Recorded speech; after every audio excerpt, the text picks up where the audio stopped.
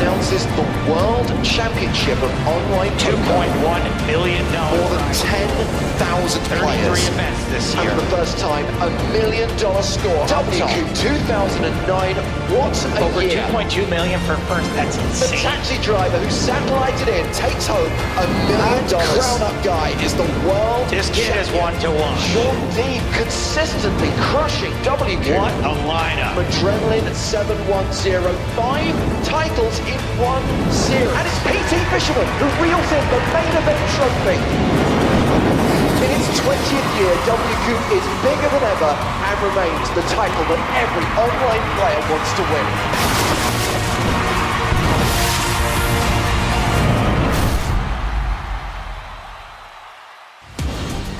Welcome back to the PokerStars Arena and the World Championship of Online Poker. This venue has played host to plenty of big buy-in events in the last couple of weeks. 5Ks, 10Ks, even a 25K. But tonight, it's not about the high rollers. We have cards up coverage of the $109 Sunday Million Special Edition. Hello everyone, I'm James Hartigan alongside Joe Stapleton. Hello, my babies. And Joe, we're used to streaming the Sunday Million. We do it every week when there isn't a major series, but this one really is special. Because it's on a Tuesday? No, we'll get into it in a moment. First, we're going to unleash a stat attack. 193 tournaments have been played to their conclusion. More than 776,000 entries across WCOOP 2021. Nearly $66 million in prize money, with more than 10.3 million paid to winners. And with the big stories from the last 24 hours, we turn to our WCOOP correspondent. He's got the looks, he's got the brains, he's how it sways. And I guess we should start with a recap of the event that we were streaming last night, that 10K PKO High Roller. Yeah, you watched a pretty intense final table, I believe, which was won eventually by Bruno Volkmann. He plays as Great Dant online, and that was his third WCOOP title. He previously won a 1K in 2017, a 2K in 2018, took a couple of years off, and now he's won a 10K in 2021. It's yet another title for Brazil, and are the people who do my job in Brazil have been boasting about that, as you can see from this tweet. I mean, they're going to need a bigger list of characters to fill it one of these days. They've now won 34 titles. Last year they won 35, which is the most ever by a single country, and they're going to completely smash it because they only need one more. I can't believe the PokerStars Brazil account spells Brazil wrong. Howard, there's a Star Wars geek inside of all of us, specifically one inside the arena, Chris, the director, and he's very excited to hear there's a Jedi Master in our mix. Yeah, you're talking about the Swedish player Jedi Master 82. Last year he won the PLO main event, which was a 10K buy-in, and that got him 283K. Last night he won the 5K PLO and another 125K. We don't know his real name, but he is on Twitter as Dolph Norris. I only know that because I got his name wrong in the tweet. I called him Jedi Master 92, and he tweeted me with a message about that. Anyway, but he's now won 2 PLO titles in WCOOP, so he's a total PLO boss. And quickly, Howard, before you go, any change in the player of the series race? Not much. Patrick Leonard's still up top, but it's still tight. So let's talk again tomorrow. We will do that for now. Thank you very much. Cheers. Good night. So tonight we're going low. Event 63, the low tier, the $109 Sunday Million Special Edition. 18,720 entries, just 9 players remain, and it's Naked D from Ukraine, who has nearly a third of the chips in play, a 154 big blind stack. Martin Finger, a former EPT champ and a first-time WCOOP winner this series, is in the middle of the pack. Zagriz, the only short stack at this final table. And this is a progressive knockout format, so there's a lot of money in head prizes, a lot of money in bounties, in addition to these payouts. $6.5 grand for 9th place, the winner and the runner-up, both getting around 83.5K, but of course that final bounty will really put the distance between the runner-up and the trophy champion. Analysing the action this evening, joining us in the PokerStars Arena is Mr. Griffin Benja. What up, the unicorn? Not much. Excited to see the piggy bank play. Big fan of Martin Finger. Absolutely, Martin and we are underway Finger. with the blinds at 1 million, 2 million, 30-minute blind levels for this final table. So I'm kind of an idiot. I don't know if you guys knew this or not, but in talking to Bruno Volkmann, who we're going to hear from later, he gave me a little tip on something that I'm very stupid about. The bigger the field actually dilutes the bounties by the final table, because half the money is already walked away with people that have been eliminated. So in smaller fields, you get bigger bounties. And these still seem pretty big to me, though. Naked, Barch Warhead, both with some solid bounties. I guess when we were showcasing the 10K, at the point we got to the final table, we had players with head prizes that were significantly more than 9th, 8th, even 7th place prize money, whereas here, that's not really the case. Joe, you're kind of burying the lead here, dude. Doors 89. We need to know about this player from Norway. So a couple of weeks ago, this guy from Norway got in touch and he said, "Hey, I'm a poker fan and I'm a filmmaker. I made an indie film a couple years ago, and now I'm trying to reinvent the podcast and make a visual podcast. Would you mind being our first guest?" And I spent about an hour and a half drinking and talking to this guy on Saturday morning last week. I got up on a Saturday to do it, and his little brag was that he had chopped something in the 50-50 that just happened for like 2K. And now he's here at the final table. Jorgen, a.k.a. Dawes89, had a chat with me on Saturday and some morning drinking. And here he is. Awesome. So good luck to Jorgen. Yeah, and that is one of 2 Norwegians at this final table. Terje Power 18, the other player from Norway. Zagriz is representing the UK. Tago Marga playing from Malta. Martin Finger playing from Austria. We have got not 1 but 2 Brazilians at the final table, of course. Victor El Souza and Cebola 948. Barch Warhead is from Russia. Naked D, as we referenced a short while ago, the chip leader from Ukraine. Now, here is a potential hashtag fun fact. There is a Twitch streamer called Barch Warhead, Alexander Barch, a World of Warcraft streamer, but we can't verify if this is the same Barch Warhead, because that Barch Warhead, the one on Twitch, has never done a poker stream. They do, however, this one, have the snowmans. Nom nom nom nom. So it could be Alexander Barch, the Twitch streamer. It might not be. Maybe someone opened a Stars account and named themselves Barch Warhead in honor of this World of Warcraft player. Or maybe is it some sort of called character in? Yeah, is there something that is the Barch Warhead, and it could just be something they're both fans of, like a Cowboy Bebop character or something? A Cowboy Bebop character. It's an anime. I don't know. It's something weird like an anime. Of course, it's an anime. It could be a character from something. Listen, you not knowing what Cowboy Bebop is on you. Okay, I'm gonna get all the people in the chat right now. I mean, maybe a Barch Warhead is something you work your way up to in Command and Conquer, right? Like, who knows? It could be. Like, I don't know. He fired the Barch Warhead. What's that? That's a better example of what it could be. Well, I've got a feeling that this Barch Warhead, Twitch streamer or not Twitch streamer, is going to win this pot. Betting 4.6 million on the flop, still has the best hand and gets 2 folds. And here we go, 30-minute blind levels now, and the blinds are up to 1.25 million, 2.5 million. Lousy Barch weather. Oh, Kyle.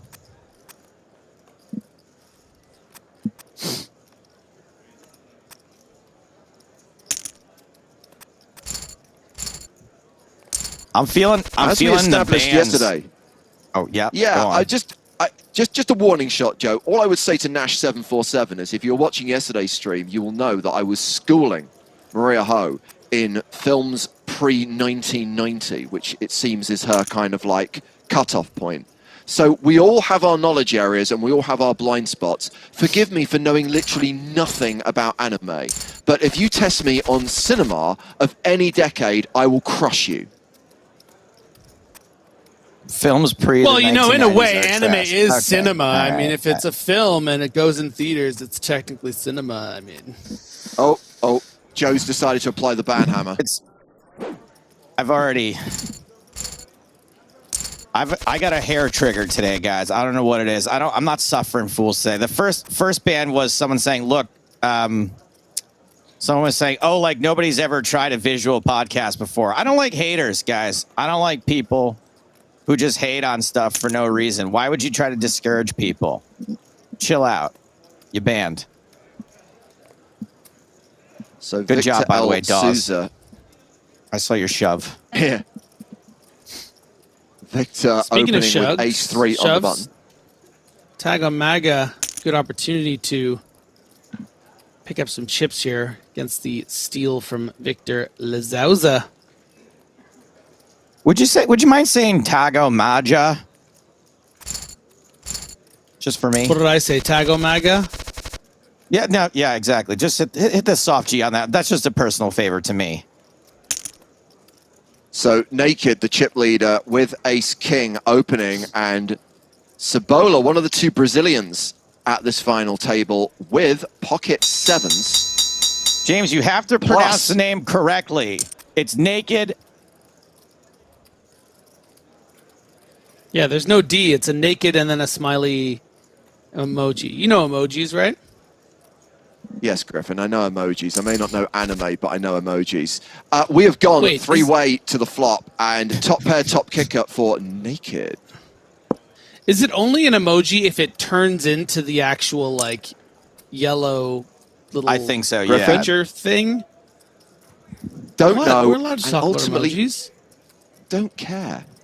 Not everything's about you, James. Joe's invested. There are people out there No, that James, are no, going to this talk. is- They're look, going to start putting James is very emojis wrong. out there. Excuse me, James is very rarely wrong, but when he is, he's like, I don't care. And then he just moves on.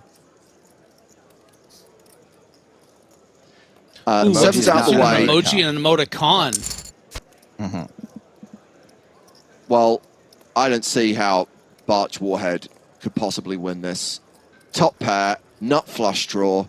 I would say the board does have a certain street flash quality. Yeah, I think there's a decent chance that Naked elects to check this back, which will give the three out. Oh, but no, a fired bet. Wants to protect that ace-king equity, knowing that you probably are never going to get check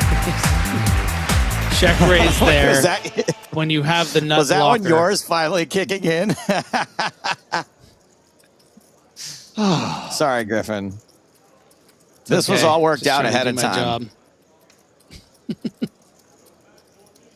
It's all about the animations. Tago Maja on the button.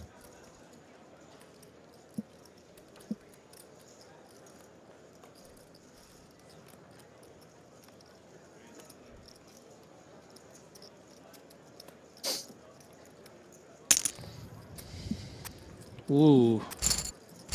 Very ambitious 3-bet there. Maybe an unnecessarily large sizing. You know, you're putting in 17K of your opponent's 45K. I don't mind the, you know, attacking the short stack like that, forcing them to go all in or fold, but maybe a little unnecessary making it that big. I think you're going to get the same result by making it 14,000. 14 million, rather.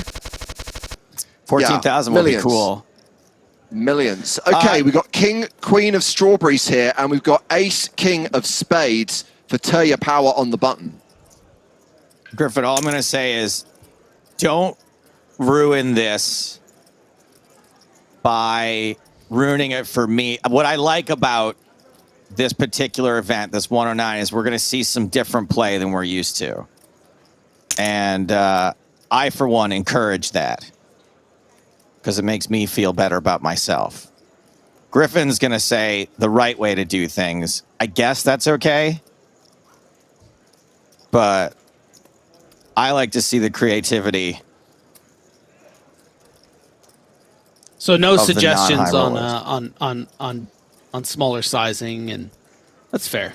No, nothing of the sort. No. Well, Tell Your Power playing around 20 bigs just decided to get it in, and a decision here with King, Queen suited, decides to fold. And on to the next hand. All right, Griffin, fine. I feel like I disappointed you. It's okay. You don't have to justify every crazy play people make.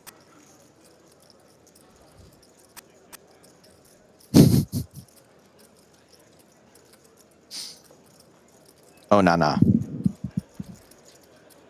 Quick hello to Toasted Mildly. What's up, James Joe Griffin? So glad you're streaming. It's 4 a.m. in Australia, and I've woken up feeling like trash after my second shot yesterday. Hope you're all well.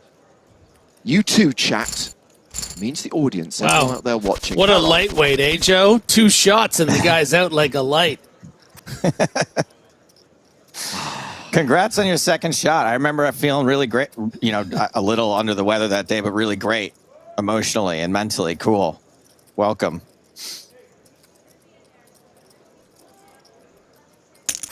So Barch Warhead opening here with ace-10. Doors. Joe's Norwegian friend with ace-queen. Blast All in. open the doors.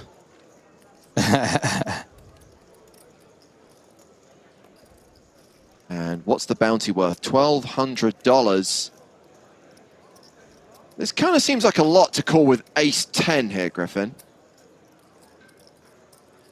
Yeah, it is definitely a bit too much, but having said that, I don't want to dissuade the opponent from making a creative call for Joe. Oh, no, look. domination rotation. Oh, yes, there we go. The straight for Doors 89, and Jurgen gets a double up. Big turn card for Dawes 89. So now Targo with tens. Putting it out there that I have a connection to a certain person was probably the worst thing I could have done. But it looks like it hasn't affected Jorgen so far. Good luck, Tago Maja. Targo all in, no action. And we've got Zagriz playing fewer than 10 big blinds now, all in with ace-jack suited. No one has anything. That's going to get through. And could be all in again with ace-queen. And Doors also has ace-queen. And has the suit edge with the bigger heart. Oh, yeah. Clubs. Why'd I say that? This is going to be a chop pot, and gentlemen, you know what they say. Everyone loves a chop pot. Let's hear it. I think we got away with that one. I don't think it's going to win any awards, but I think we got away with it. No. Oof. Now I know how, like, you know, actors and directors feel when reviews start pouring in when the embargo's done, you know? Just like 4 out of 10, 6 out of 10, 5 out of 10. You really got to focus on that 7.5. Oh, I see a 9. So, I mean, that's the review I'm sending to my mom. Well, Right, this exactly. is top 2 for Victor L. Souza. 4.6 million into 14.1. I wonder where Victor Souza's from. That is one of the 2 Brazilian players, Joe.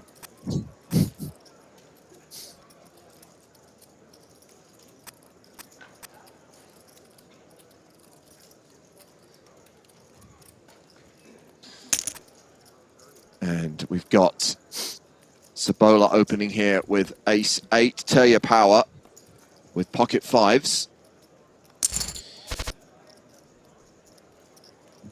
Calls. Queen, queen, deuce on the flop. 5 still good here, but position and the betting lead rests with the Brazilian. Ace high. Good question from Pac-Man. Where did Sam Grafton finish? He was chip leading the final 23 last night. That is true, and he went out in 21st. Wow. Which means Grafton will be joining us a bit later on, and that means the reunion is on.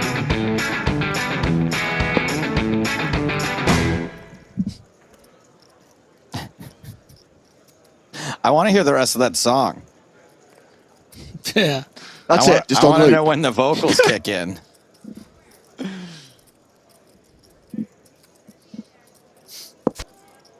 If you guys send me that rest, Joe, if Griffgraph were a band, who would be the vocalist? Sam, for sure. But I think Griffin would be a great. Are you sure about that? I think Griffin would be a great backup singer for Sam. If you guys send me the track, the whole track, because there must be a full track to that song. I will write lyrics for it. I'm based on what Sam was saying about his experience in musical theatre. I'm just going to throw it out there. The guy may be loud. He has volume, but I'm not sure he has pitch. And I'm actually going to say that Griffin probably would be the better option as a lead singer. Nice. I'm okay with it either way. I will write the lyrics if someone sends me the entire song. I will write some Griffcraft specific lyrics. I'm sure Griffin will have some ideas. Sharing apartments in Malta. Taking our trousers off. There's a story behind that that's not as dodgy as it sounds. Nice defend hand for Naked. Not a lot of sevens left. Oh, not a defend. The big 3-bet, the pressure point. This is kind of whack, right? Like most people, if they're going to bluff out of the big blind, it'll be something much weaker than this. Or when they do our value racing, it's something much stronger than this. This is like kind of a weird play out of the big blind, right?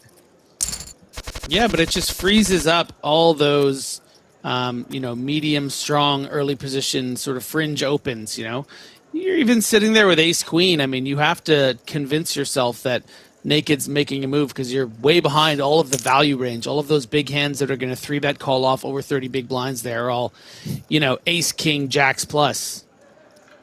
I think we could be in for a race here because Tago has opened with ace, jack. Oh, no, just the flat from Barch Warhead with nines. Yeah, I think this particular situation is going to have a bit of trouble getting in pre simply because Tago, Maja, facing a 3-bet here would have been hard pressed to want to put in ace jack, but because of the just flat, we're going to see a flop, and I would have to imagine designs of a check raise all in, trying to get some bluffs and maybe some value block bets from worse. If you're getting trapped here by a hand like kings or aces pre-flop, you're busting anyway, so you may as well allow your opponent to fire a bet, whether it's with a hand like pocket nines or with a hand like, king, queen of spades that wants to rep this particular texture. That's a really good point. Yeah. That's awesome advice right there. So Barch Warhead may feel committed, may also be eyeing that $1,400 bounty. Yeah, I think this is going to be a pretty big mistake. If Warhead elects to call here, only beating, beating the ace, queen, ace, exactly, James. Ace, queen, ace, king of clubs, and be ace, 10 of clubs. Those are the kind of combos, but those are, pretty even against you. And I think this is another straight draw by Warhead. Fater and Tago gets the double up. So, two quick things. First of all, Pac-Man says, do you get a Sunday Million badge and a WCOOP badge if you win? I'm just going to say yes. It's not like it costs us anything to activate those buttons for people. Griffin, I kind of feel that I just kind of... Oh, so Grizz has got the rockets. We can't just mention you taking off your trousers without providing context, I just realised. So, for anyone who doesn't know the story, hold fire. Let's see if this shove gets through. And after this hand... Oh, called! Doors. Very loose call by the visual podcaster. And so Toss dead on the Grizz turn. gets the double up and is now tied at the bottom with Piggy Bank and Doors. Griffin, can you explain why you were stripping off with Sam Grafton? I'm not exactly positive what story you're referring to. I think it might have just been. I am referring to the fact You're going that you had to a be more reputation. specific over which Griffin met your pants taking off story This you're is talking this about. is frightening. You really do, I yeah. thought there was only one story. The story I'm aware of is that when you and Sam were working on the GPL TV shows, on the live streams, you didn't like working under the lights. You claimed it was too hot, and you would strip off that the is the moment you were story. out of Yeah, vision, yeah. and then you'd have to rush to Right. get dressed again when you were coming back on camera. Yes. And there was an incident where I sort of lifted my leg up, and it was revealed that I wasn't wearing pants. And I'm glad that PokerStars wasn't aware of this mishap when they decided to hire me here. So now everyone knows. But I'm fully wearing pants here. Wait, maybe not. So tell The your reason power I asked under which the gun story you were with asking Kings. about is because Yeah. Sam also remarked the other day that I jumped on his bed in my underwear to like wake him up. That's right. That one time as well. That's right. So pants very overrated, and Malta a very hot place.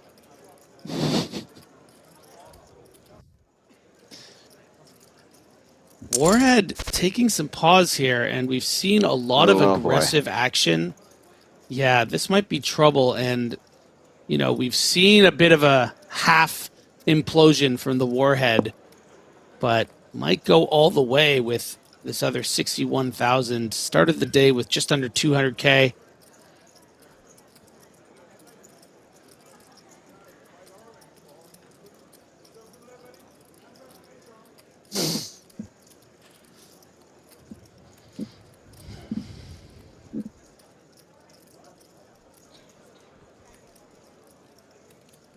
And That's comparatively, exactly why they're mad.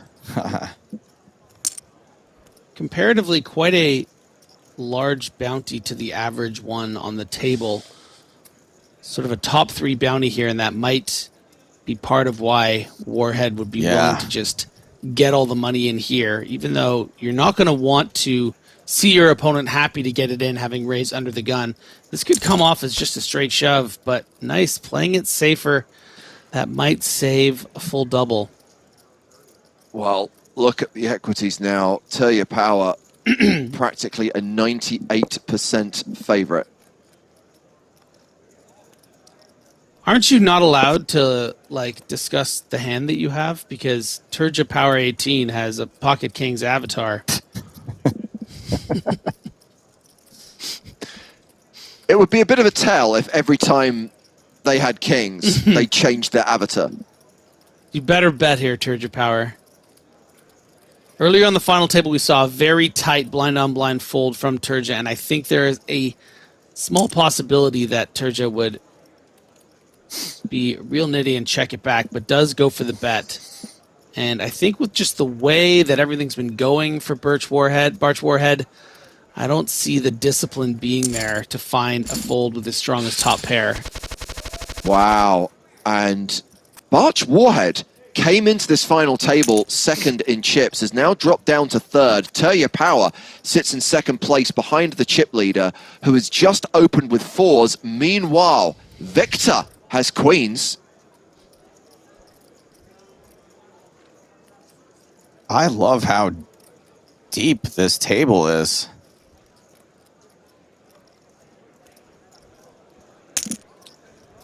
Yeah, just so you guys can keep track, there are 936 million chips in play. So we can see that the chip leader does currently have more than a third of the chips in play at a 9-handed final table. And likely to fold 4s to this 3-bet, Griffin? Yeah, a pretty strong player with just about 30 big blinds. You kind of just have to, it's a pretty strong 3-bet. It looks very strong. If you happen to be getting bluffed there by a hand like, ace 10, ace jack, king jack suited or something, you kind of just have to let them have it. Such an advantage there, such a range advantage.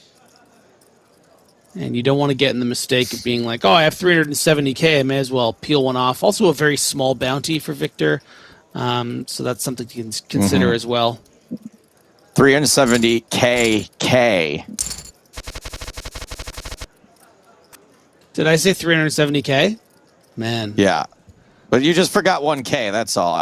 I got you. This is a typo. Thanks. We're all about the millions in the Sunday Millions special edition, Griffin. True. I'm just a fair little enough. disappointed there isn't a billion chips in play. Like, come on. I want to see that 1 billion. So close. So close.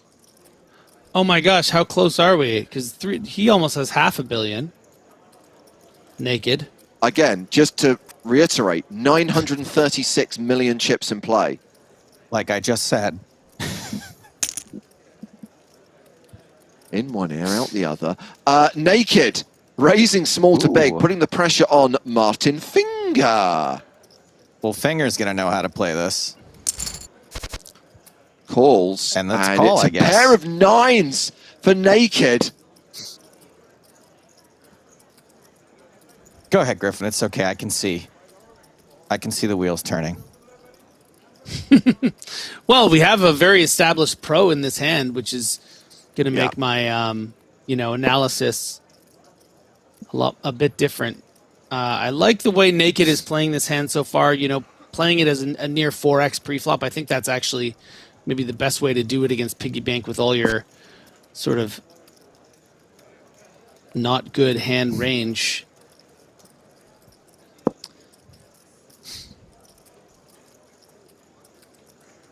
So we've already mentioned that Martin Finger is an EPT champion. We referenced the fact that Martin won his first WCOOP title just a few days ago, took down a $530 turbo PKO at the end of August. We all have Martin Finger stories, some of which are suitable for broadcast, some of which are not. I will, however, never forgive Martin Finger for offering Jack Salter insurance at the final table of the EPT Grand Final in 2014, which ruined my life. Sabola with the Snowmens. No. Yeah, but more than that, pocket aces for Grizz, and behind a very chipped up, naked smiley face with 377 million of the 30 million chips. See? Do you guys think this will escalate quickly? In a word, yes. Thank you for your question. There is the re-raise from Naked. Eight's now looking really, really weak. There's the fold, and Zagriz in great shape here. Spikes the ace. Heart's not a factor. Zagriz has another double up and is up over 100 million in chips. Naked dropping down to 330 million. Only 330 and really no million? How skin embarrassing. off. Yeah. Yeah. I mean, these guys are getting it in, right? I mean, we've not seen any eliminations yet, but we've seen plenty of all-ins. Here. James, Really? this all-in is only for 12 big blinds of a $3,000 bounty. I mean, you're sitting there with 330. Certainly seen crazier things happen in bounty tournaments when you have a massive chip lead. I think if Piggy Bank had something like 25 million, maybe anything less than 30, we might have seen a call.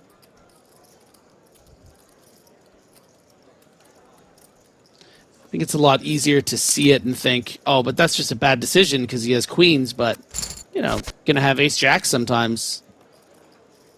Just very quickly, Joe, Tom says he'd love to see an animation of Joe banning something. Can you please just randomly ban someone and we'll make the animation happen? Yeah. Let me see. Who is saying the stupidest thing right now? No, that seems fine. That person's saying hello. Oh, They're don't apply mods. logic. Just ban someone. Okay, these payout differences are insane. My grandmother suffers from insanity. You banned. Asking you shall receive, Tom.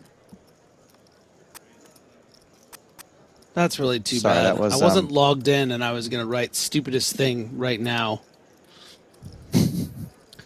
Which is what you said you were going to ban. Ace Queen, Ace King, Might be with time my to reputation. get some of Grizz's chips. Maybe all of them. I do feel like, wow, what a fold. That's the exact opposite of what I was about to say, by the way. Yeah. I think that every once in a while, you'll find someone who the pressure of being at a final table, it's like a little too much for them, and they tend to get it in pre-flop in spots like that. And that I'm so glad to be wrong. You know, sometimes people just like to let the poker gods sort them out once they've locked up a certain amount of money, but no real recklessness here yet.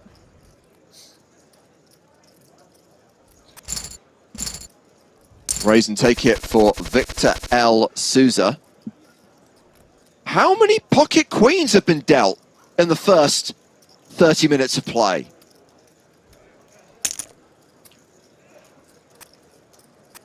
So Grizz opening with ace 8 of spades. Just feels like every other hand someone has queens. And some players might even consider flatting here. You're playing close to 40 big blinds, but electing to go for the 3-bet is Victor.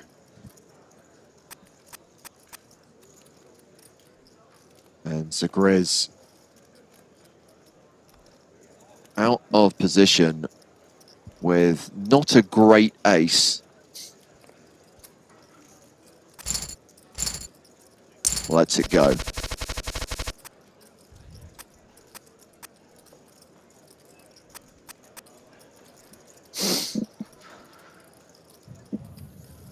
So round to the blinds. Tell your power raising with King Jack. 9-8 of diamonds for Zagriz.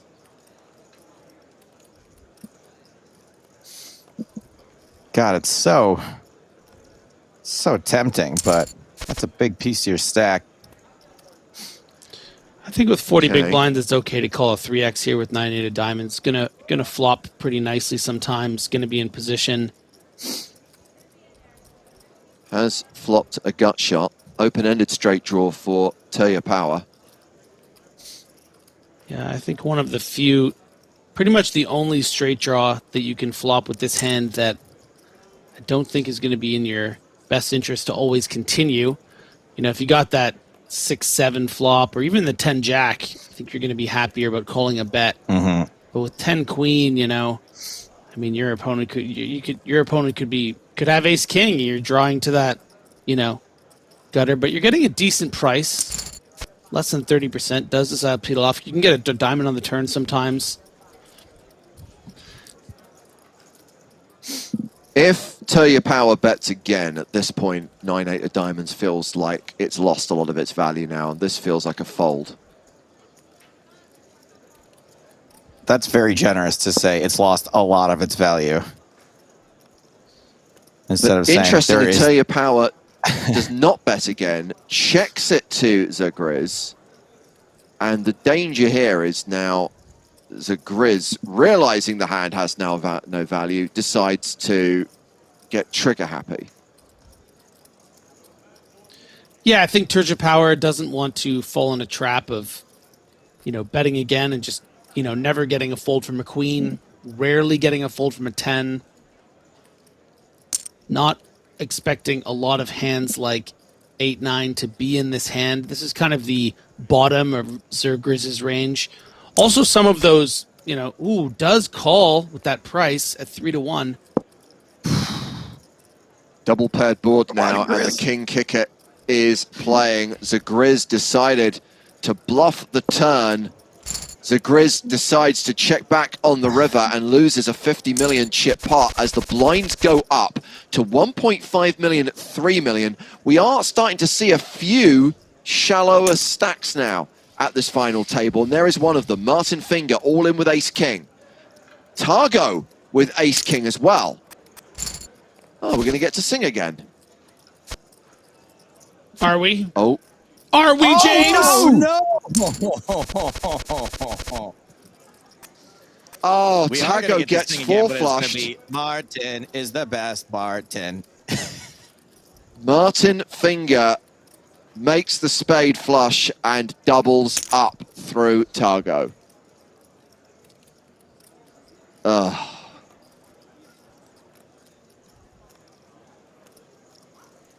And some pause from Naked Smiley Face here.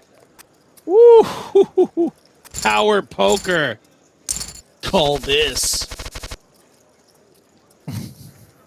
That is very much the definition of power poker, putting your opponent to a decision for all their chips. Joe, I don't know whether you saw, but Doyle Brunson's Super System, the original version, has been selected as a superfan subject. So I hope you're happy to reread a very big poker strategy book from the 1970s.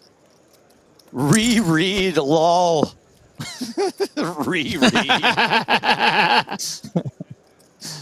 I never read Super System. Oh, Griffin, if you want to do some research for Joe, I'm sure he'd take it. Can I just watch the movie? Nope. And I'm sure, Patrick being Patrick, there will be some questions about all the low ball games. Dawes throwing out a very important bluff here to get the stack up to over 20 big blinds.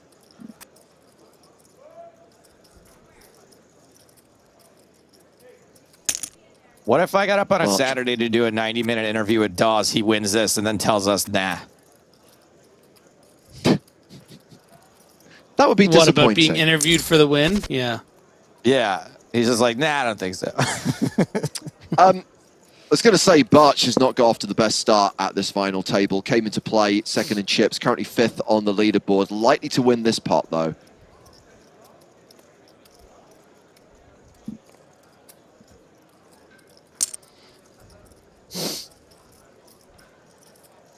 And Victor, having not connected with this board, likely to fold to this bet of nearly 10 million.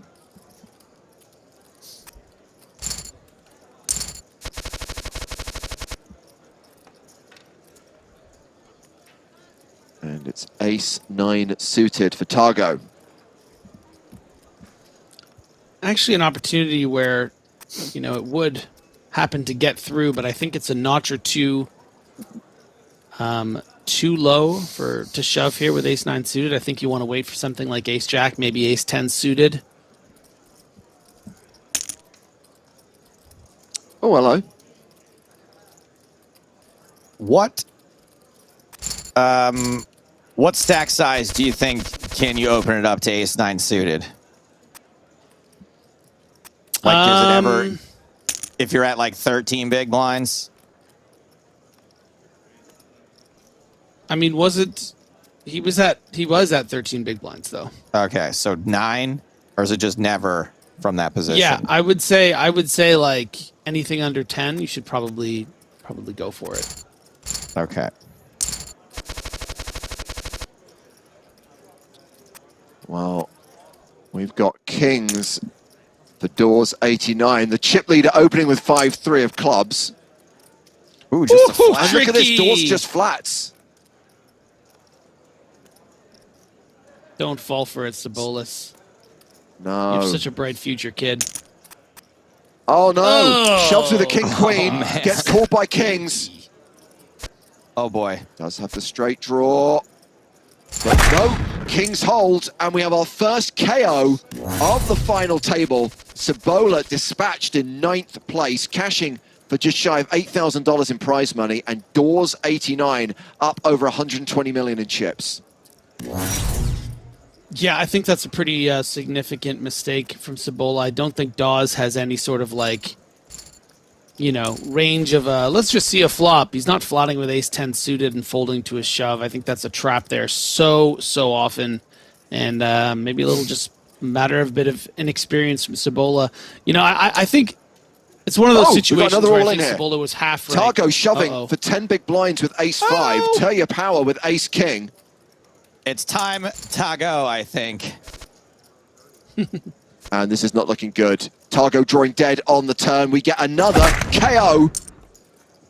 And it is Targo Marja eliminated in 8th place for nearly $12,000 in payout and bounties. And we are now 7-handed at the final table of this $109 Sunday Million Special Edition.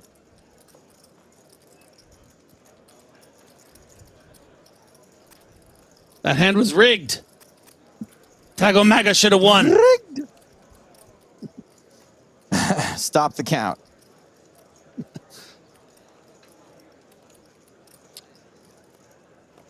Zagriz. Blind v blind against the chip leader.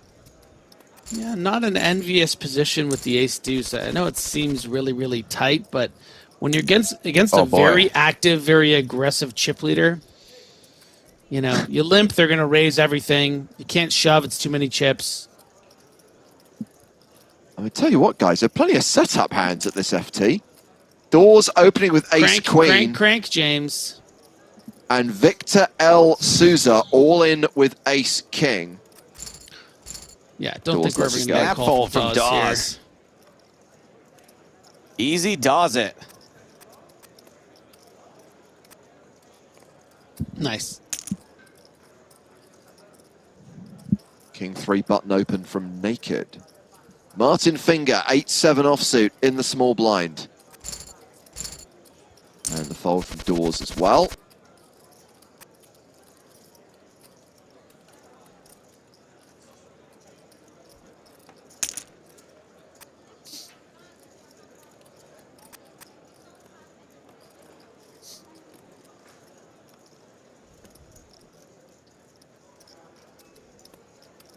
So Grizz opening.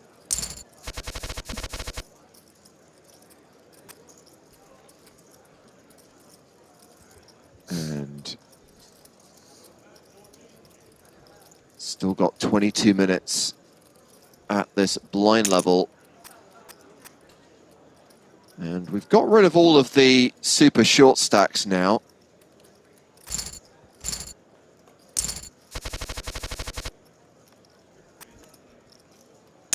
Maybe we're going to go through a spell of no one actually having any decent hands, or at least only one player having a decent hand. Exhibit A. And a raise and take it situation. Raise a naked situation.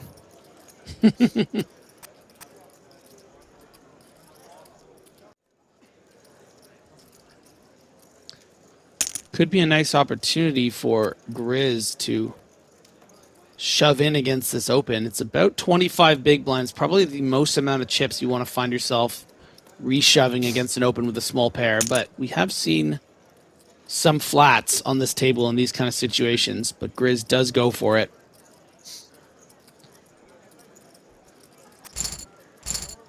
Yeah, and gets a fold.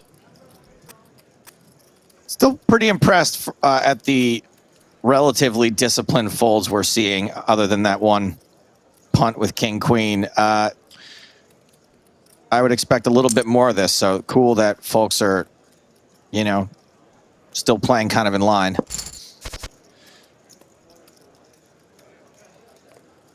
Interesting to see 10-9 Naked suited. not attack the limp. Yeah, and this is all Zagriz. Naked drawing dead on the turn. I mean, we've talked a lot, guys, about Martin Finger, an accomplished player, known from the live circuit, known for his success on the EPT. Do have a few little tidbits about some of the other players at this final table. Zagriz, for example. We know that Zagriz has had a couple of decent scores in WCOOP events, around the 2,000, 2.5K level. Nice. Biggest win was a 17th place finish in the Sunday Million back in 2018. Did qualify for the Bahamas in 2017. I guess that officially is Zagriz's biggest score. That was a $16,000 package. Cool. And played this hand really well, deciding to just check it down, giving Nice call. the chip leader an opportunity to bet.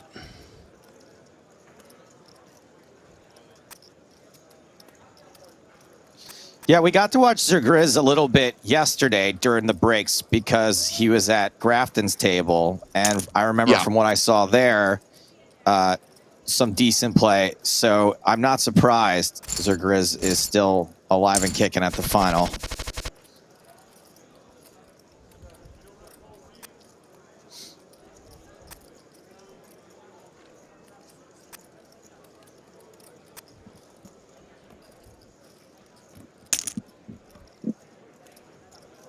Another loose button open from Naked with 6-5 offsuit.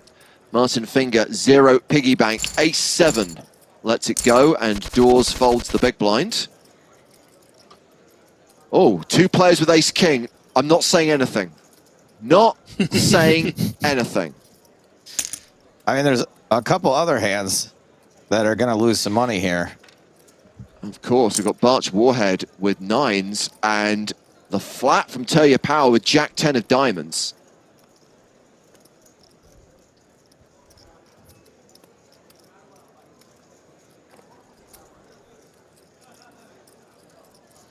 And what do you do just under 40 big blinds here? I think it's going to play cleaner as a shove.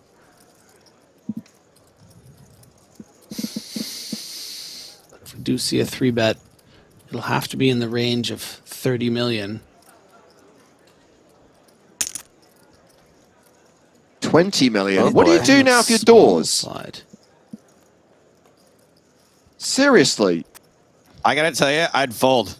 Insta-fold. Insta-fold. Is that why he had you on the visual podcast there, Joe? You were just giving him poker advice? You're just getting all drunk and be like, it's underrated. If there's a raise and a re-raise, I'm throwing ace-king away. I can't.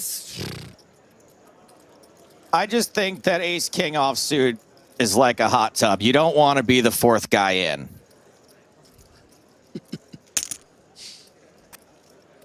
You don't Wow. want to be the first guy in. Bacteria just breeds in those things. Here we go, off to the races, and 9s are holding, and 9s are That good, is- and Barch Warhead doubles up through Zergriz, who is left with just shy of 40 million. That was an ambitious shove with pocket 9s. Not really a range there that looks bluffy. You're really hoping that your opponent just has ace-king and you in the race. So, wow. Stars nuts.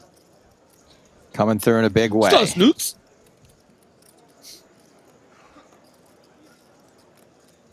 Jacks now for Barch Warhead.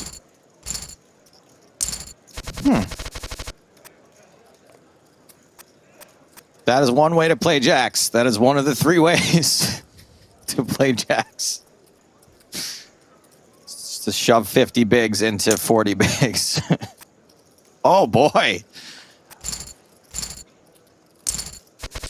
What do you think of this strategy from Barch right now, Griffin? So I thought that they raised to 6.9 million, but they raised to 69 million. I mean, it was just all in both times. It was all in. I thought it was just a min raise from the small blind there with the jacks. No.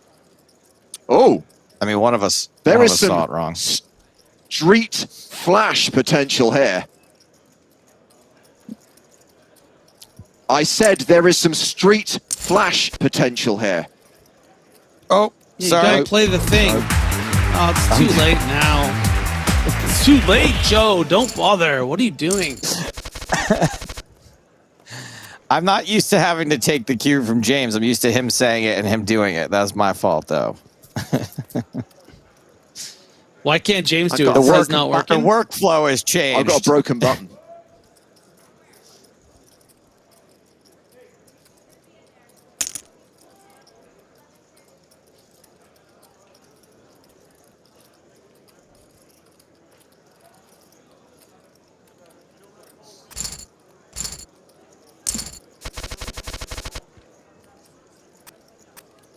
And we're rapidly approaching Oh, boy. the first break of this final table. I mean, when folded to them, Naked pretty much opens with any 2 on the button. And it's going to work. And has worked most of the time. And now has ace-king suited. Zergriz Short stacked around the 10 big blind mark. Ace deuce. Yeah, suited here. Seems like a good opportunity to potentially pick up some chips. Wow, discipline. 4 people to get through. Tough.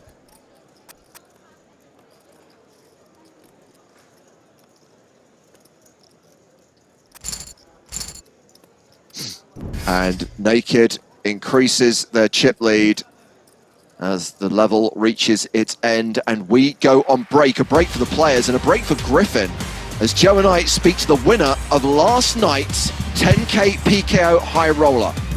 It was 7th guy Christian Rudolph who came into the final table as chip leader and who dominated for the first few levels, but victory went to Great Dant from Brazil. And here he is. Bruno Volkmann, congratulations on your 3rd WCOOP title. Thank you, thank you.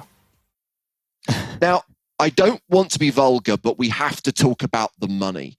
$331,000, and most of it was in bounties. So much money from the head prizes.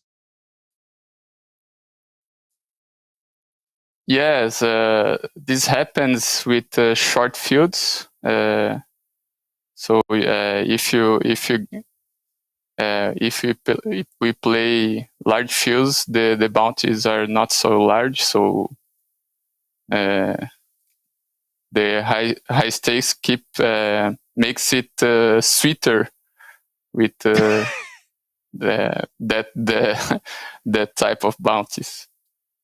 Yeah. Huge bounties. From watching the 10K final table last night, it looked like no one made a mistake the entire time. How difficult is it to play a tournament where no one's making mistakes? Yes, I think I always battle to arrive in this level. So I enjoyed a lot the ride through the final table, and I appreciate a lot of play against the best in the world. So it was fun. Oh, I'm glad it's fun in addition to being crazy difficult. Can you explain what is going on with poker in Brazil right now? Yes, there is a boom, but Yeah. it's not from this time. It's like me. I started to play 10 years ago, so there's a lot of guys playing since there, and so now there's a lot of guys playing a good level. That's why we have a lot of good results as well. Yeah, a huge number of wins this series. Bruno, I have one request. Please, can you change your avatar? Please change your picture of Morpheus, because I'm getting so bored of people making really lame Matrix jokes. When I changed, I used this avatar for many years. I don't know, 2, 3, 4 years, I don't know. And when I changed it, I start to running so bad, and then I return to Morpheus, and it's going well now. Okay, well, look, your run good is more important than me having to endure bad jokes. Bruno, best of luck for the rest of the series. Thank you for talking to us today. Thank you for the opportunity, and hopefully I can talk to you guys on the next title. Hell yeah, vamos.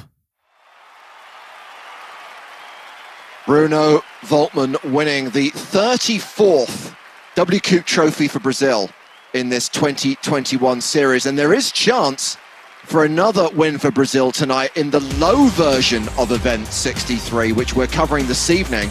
The $109 Sunday Million Special Edition.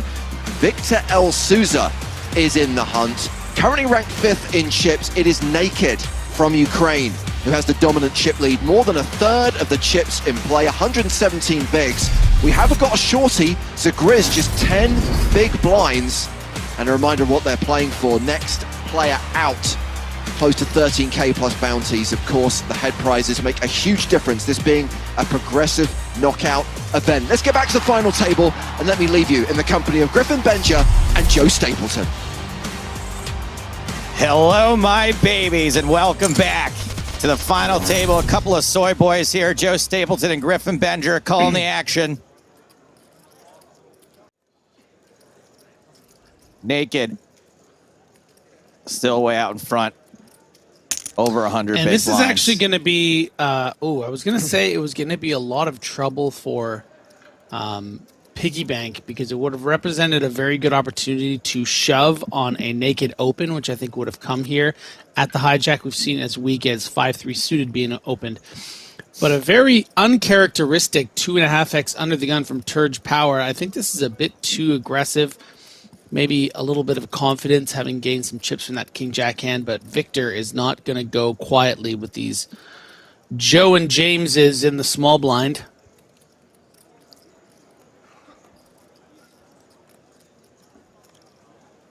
This might be the only time I might allow someone to spoil something from the future about this hand, so we could say to the victor go the spoilers, but that's it.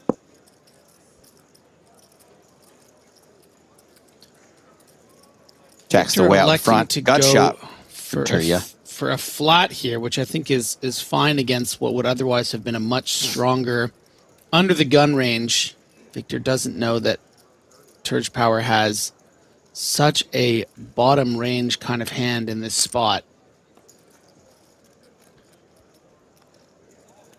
And I know that I tend to play jacks pretty quickly. Let's see how Victor handles this. I guess this is a situation, though, Griff, where you're really not folding out anything better if you raise, right? And you're only folding out things that you're crushing, so... Yeah, very well said, Joe. I think that's the... You know, you kind of just have to keep the bluffs in and go on the check call range here. It's just such a nice board for jacks that I don't want it to change. And very clean run out for jacks. Feel pretty good about betting something, but you just want to, you know, you don't know your opponent is river to 6. You probably don't expect to get a lot of calls from, oh, and there he's just going to check. And they do shift positions. Victor Souza up to 111 million. Turia down to 104. We've got 4 stacks, all in the same range, 2 shorties and 1 big papa.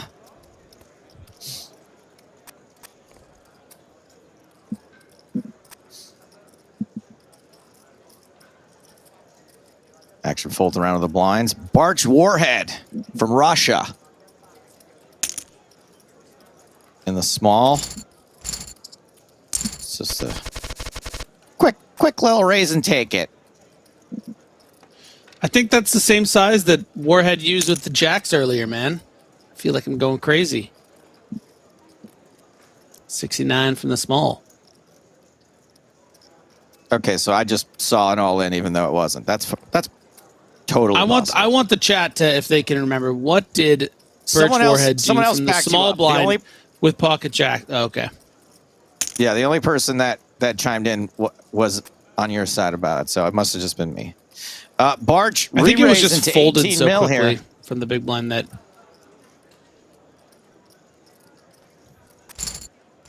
And hasn't been a very good final table from Piggyback, simply from a lack of opportunity, you know, right there with that ace-2 suited.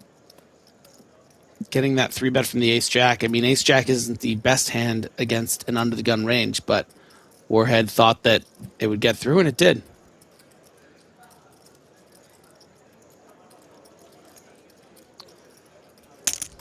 Barch in late position. Yeah, going for that 6.99. Keeping it consistent. And Zagriz could be in some trouble here. Yeah. Pretty tough to fold ace-10 with this stack. No one really to outlast. Your odds of Martin Finger blinding out aren't super good right now. Barch could easily have a hand like King Queen. Smaller pairs.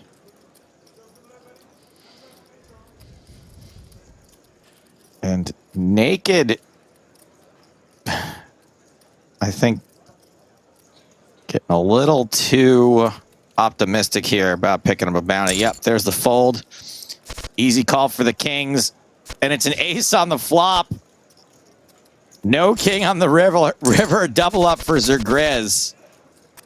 And worth mentioning, Joe, an absolute one-outer there. Dawes folded the ace-7 of spades. Outer. Naked with the ace-9 in the big blind. So just one out and smacked there right on the flop. Case ace.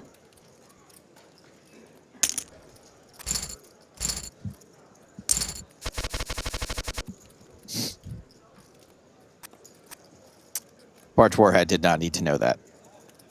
Turia Power, ace queen offsuit.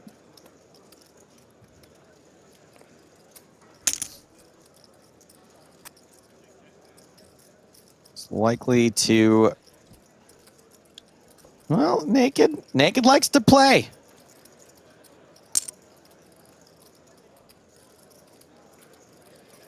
And piggy bank now with the queen 6, very unlikely to get involved here. Piggy got back. Big old, yeah, a lot of time bank for piggy bank. Maybe just showing off. Nice fold there from Dawes. Ace high flop, 1 club.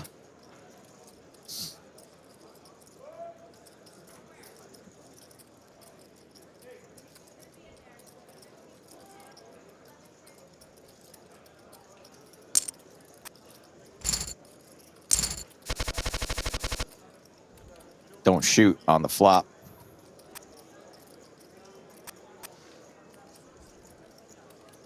Piggy bank on the button. Now the official shortest stack after the double up from Zergriz raises ace tray off. I would love to see a shove from Dawes here. You are exposing your entire stack to Victor Lausa, but a 3-bet just works all the same. Maybe you don't want a 3-bet. You don't want to just shove and then run into a big hand from Victor. Rather just 3-bet, call off piggy bank, and fold to Victor.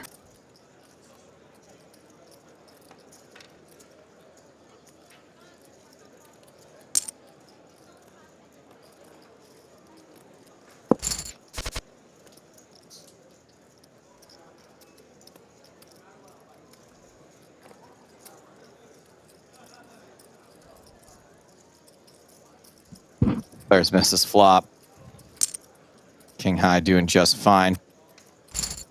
And Barch lays it down. Ace jack suited for Naked. Anybody gonna play this pot? I don't think so.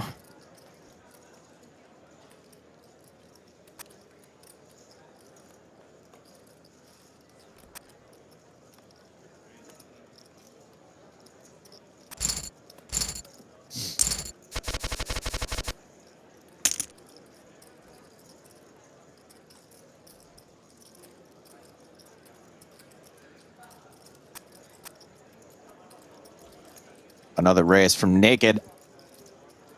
Ace 4 clubs. Ace 8 for Victor.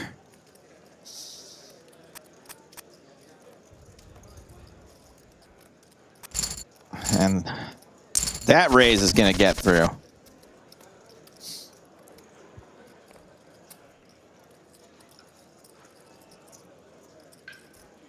Feels like a cranking may be in order. Let's get some hands, dealer. What are you doing?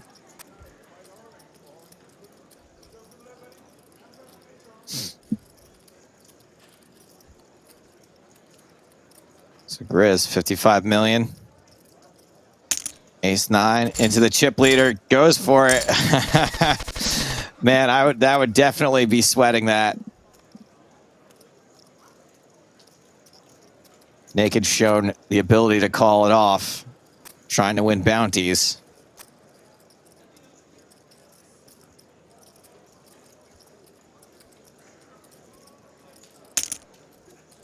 I was going to And say this this might is- play as a shove sometimes. 16 big blinds effective for Piggy Bank. You know you're often ahead here with ace 6, but do you want to pull the trigger? You are the last in chips. Pardon me. Great opportunity for Martin Finger here, but gotta find that call button.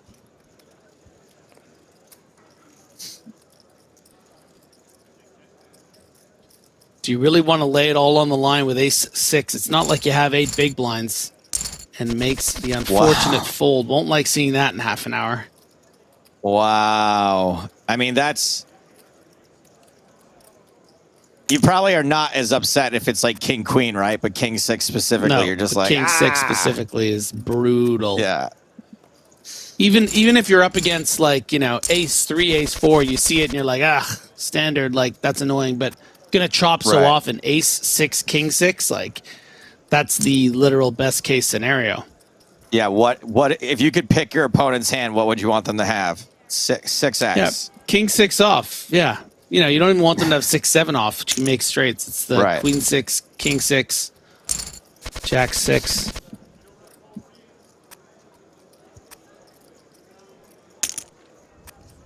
Yeah, and that's, you know, we forget sometimes. We know that naked's pretty aggressive. You know, that's obvious, but we have the benefit of having seen all of the cards that naked's been playing with. So, you know, maybe if you had access to all information 30 minutes ago, maybe you make that call with ace 6, but got a pot finally here. Got a real flop top pair for both players. Naked out kicked.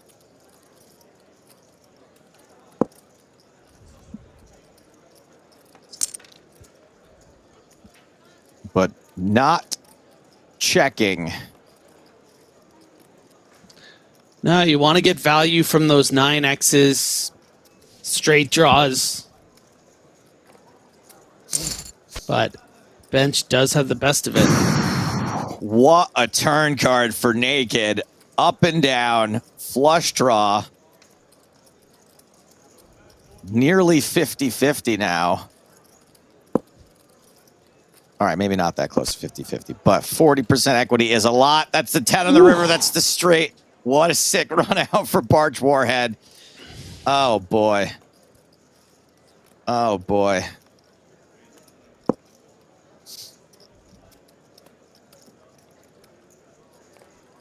Barch Warhead checks and is going to potentially face a pretty big bet here and have a very difficult decision.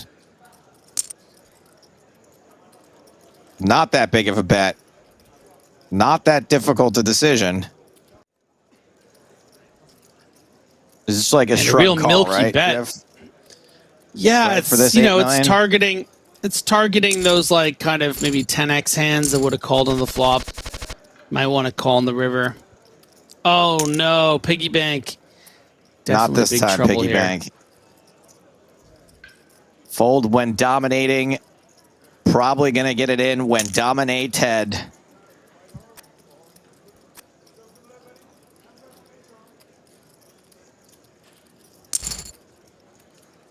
Domination Nation. Gonna need a queen or a straight card or a club. No, we did get a straight card. Just a little M, but nothing on the river for Martin Finger. EPT champion and recent WCOOP winner, also just not winning a second right now. 7th place, $18,759. That was $12K in advertised payouts, almost 6,000 in bounties. And now naked with almost half of the chips in play with 6 players remaining. A very, very impressive chip stack lead here. Fun flop here. Top pair for Victor. Flush draw for Zergriz. And you can see how wide Victor has elected to open up his raising range here in the few opportunities that he has with naked folding preflop. King 8, not one you'd expect to be a very common open from the cutoff. Yeah, it is not. That's a nice way of putting it. An uncommon open. A pair now for Zagriz. So Couple more ways to win this. I'd like to see another bet from Victor here. You should have the best king.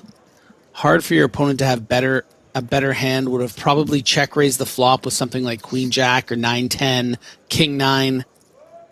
So you're going to expect to be up against a lot of hands like Queen 10, Jack 10, some sort of spade combos with pairs, maybe some diamond combos with a pair. So you want to get that value, and that's what we see here. And ZR Grizz might have a hand that is too good to fold. A call here will leave Grizz with about 11 big blinds if they don't get there.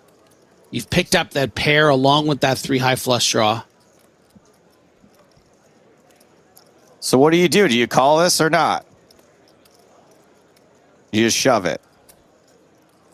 Or do you fold it? I don't know if I you, get the right answer you love eventually, so I keep shove. going? I mean, yeah, I think maybe you call. There's even an outside chance that your opponent has something like ace jack or ace queen or ace x of diamonds or ace x of spades, something like that, that might give up on a certain river, you know, and your pair of threes could even be good. It's not out of the question, you know, so there is some equity built into, you know. Here's a question. Does shoving here get a hand like ace 8 to fold? King 8 to fold, you mean? Sorry, king 8, yes. I don't think so, because, you know, even though it looks like strong to be check shoving the turn, it kind of looks like a combo draw. Like I said, you know, you're going to protect those two pairs on the flop. You're probably going to, maybe you could have queen jack, but even that with 2 spades on the flop, you might be hearing from your opponent on the flop there with queen jack. Victor outflops naked in a big way here.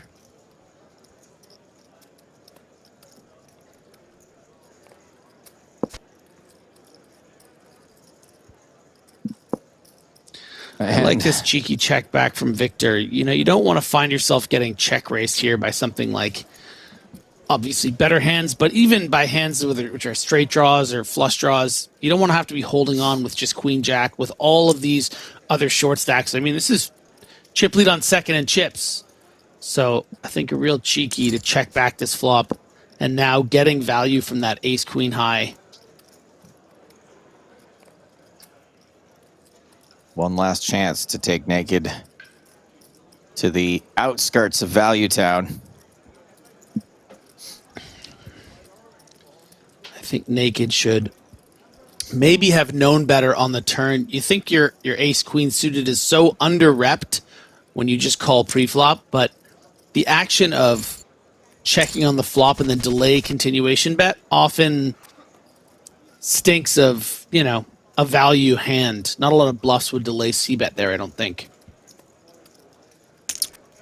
What do you think a value hand smells like? To me, it smells like Chinese food and mint.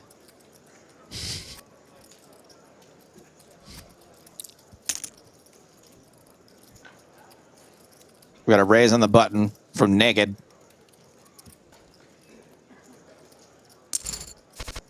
Victor defends with a dominating hand. Both players miss. King, queen, 4, 2 diamonds.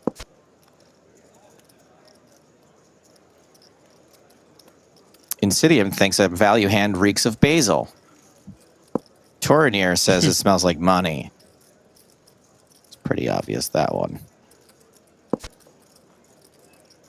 Ooh. And a 9 on the river. Yeah, naked. Naked doing all right.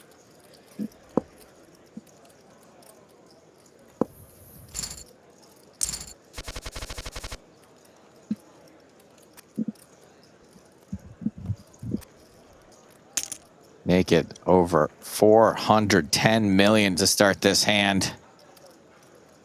Let's see how Dawes decides the hand. Just folds the ace jack on the button. Bit too tight here, I think, from the visual podcaster, but maybe wanting to make sure that ZR Grizz gets eliminated before battling here. Some big pay jumps coming up here in the next few positions.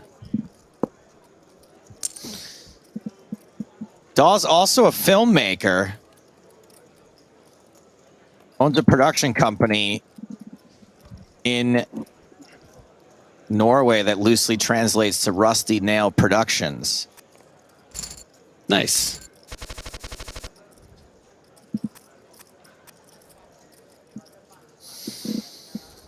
Action folds around to Victor on the button with the sevens that are always coming. Num, Num, num, num, num, num, num, num, num. And you can see how loose Naked willing to open here and getting folds from much stronger hands. Grizz, get it in there, Grizz. Come on, you know how wide he's opening. Don't just call. Thank you. Good work. Find your cojones. Find your, yeah, exactly. Dawes with ace queen.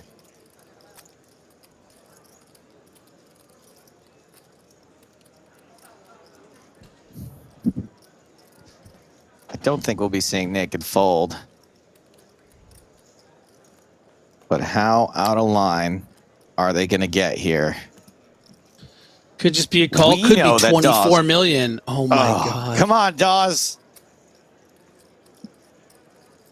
You can't do it, Joe. He won't do it. He won't call off the ace queen. He thinks this shove is something like pocket eights, pocket nines. Doesn't want to bust in a flip. He wants to stay on your broadcast. Doesn't want to call off 30 big blinds with the ace queen.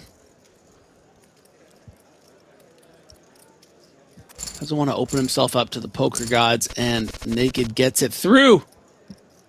I just sometimes, Griff, when I'm watching this sort of strata of final table, you'll see players make tight folds in places where they're pretty good and then end up getting it in places where they're really bad. And I hope we don't see that happen for Dawes. No, I don't think that that's Dawes' MO, if I'm being honest. Some of us can only like make 4 or 5 tight decisions, and then after that, we just make terrible loose ones.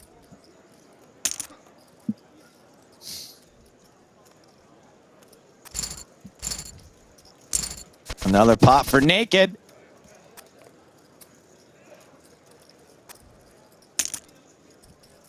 Wooly says, watched a Norwegian movie called Troll Hunters. It was still really have to good. watch that. James and I saw that in the theater together. Do you like it? And it was very fun. A very fun movie. I think it's one of those like found footage movies, and I don't typically care for those, and I did like this one.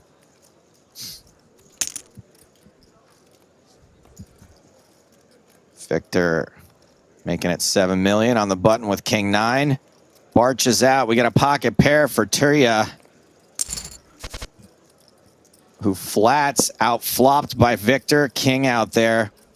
Is there any other way to play this with the sixes, Griffin? Can you attack the button raise, or is your stack just not big enough and you don't want to get it in pre-flop? Actually, the problem is your stack might be a bit too big. You know, if you have 70 million here, which is 20 big blinds, I think you're happy to shove it in against a button open. When you start getting into that sort of 25 plus range, I think it's still fine to shove. I think a lot of players would shove. But, you know, I also don't mind just the tighter peel here with this many chips. Oh, boy. Well, Turia repping a 5. Victor does not believe, and Turia left with a not very big betting stack left behind.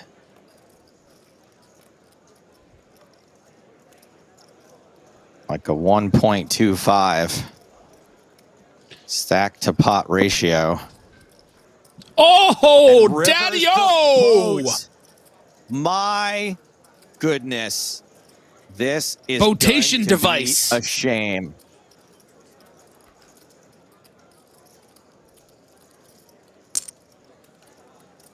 Goes for half pot.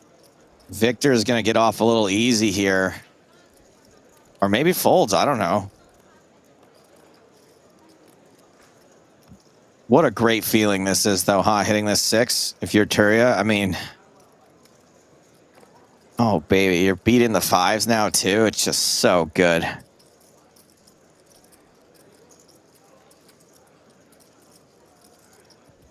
Wooly says, tough fold. I mean, I don't know. You just go, you hit that river 6 with your pocket 6s. I fold. I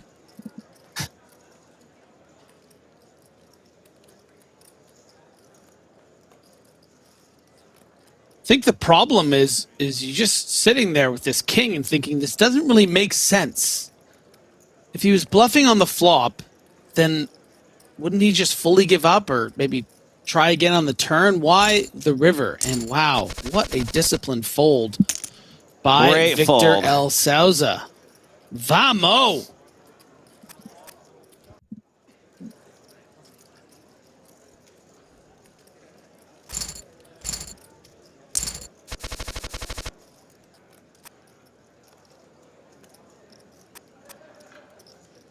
And PokerStuff 22 said it best, not repping the 5 when checking turn, and that is why it is so difficult to find that fold, but Victor's radar just popping off there. Yeah, hell yeah. Ace 5 suited now, the old sourdough. Artisanal. Artisanal.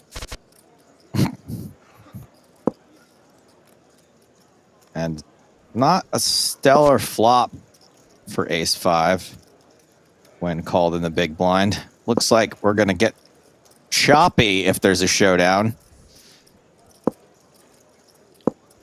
Naked playing passively for once. This hand ends in a chop, and you know what they say. Everyone loves the chop pot. Ding, ding, ding, ding, ding. See how we did.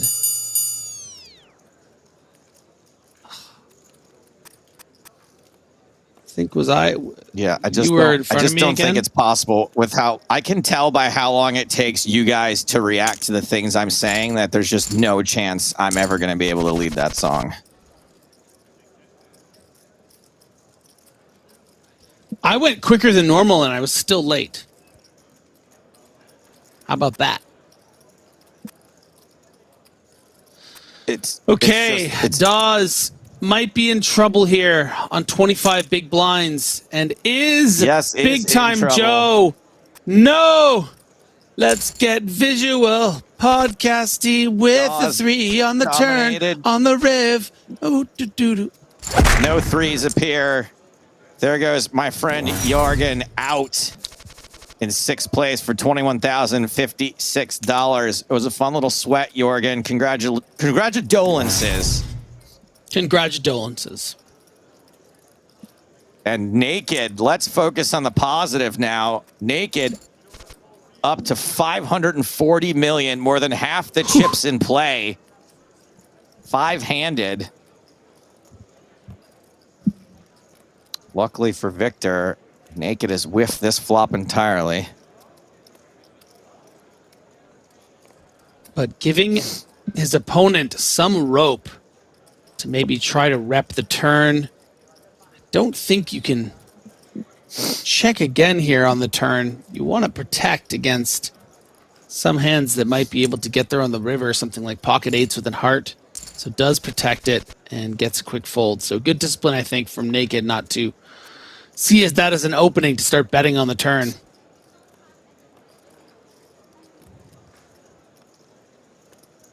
Folds around to Barch. And should get through. Accidental grenade in there. Naked is running away with it, and that's never a pretty sight. We're going streaking! We're going streaking. And we got people just giving walks now. Just giving walks to Naked. Naked's bounty, by the way, now still the highest of the table, worth $9,600 if you knock out Naked. Naked has already made $19,000 in bounties. And now has pocket aces. Give us the... And now has the Rockets. Not that they need them.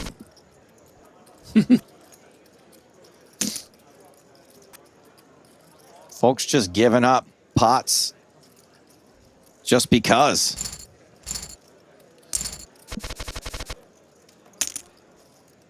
Yeah, you got to raise every hand if they're going to let you do 10-4 this. suited. Let's go. And this is probably going to get through if we're looking at the other hands Yeah, here. this is pretty sick. This is pretty sick. Ace queen for Victor, and finally we'll have a chance to open before Naked does. And Naked with a pretty playable hand in the big blind to defend. Battle. And we do see a No defend. flops. It flops a 7.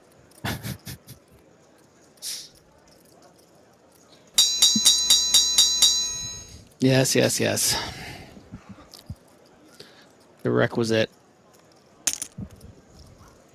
Oh, Goes man, aggressive. so mean. So mean. Whoops, you're not going to get to see another card with your ace queen. Sorry. Naked up to 580 million.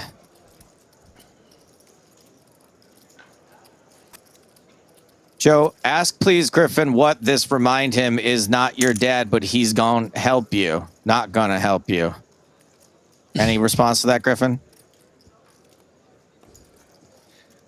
Any idea? What's Any this clue? remind him? Is not your dad, he's not going to help you? I'm sorry, man. That's some broken Thank you, English right Sonic. there. All right, Victor making a stand against Naked with the queens. Finally, someone takes a pot off of Naked.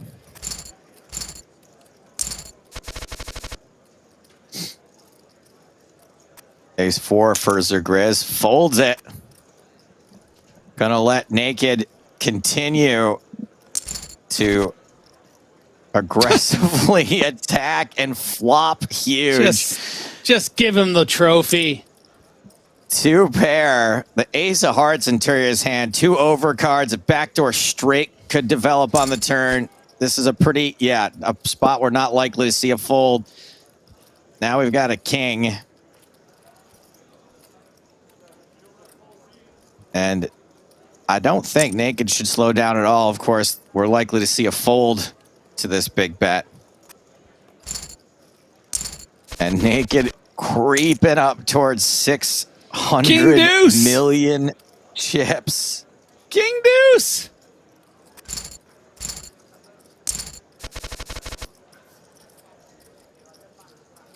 Queen Jack. I'm just going to read out Naked's cards from now on. They're the only ones that really matter, it seems.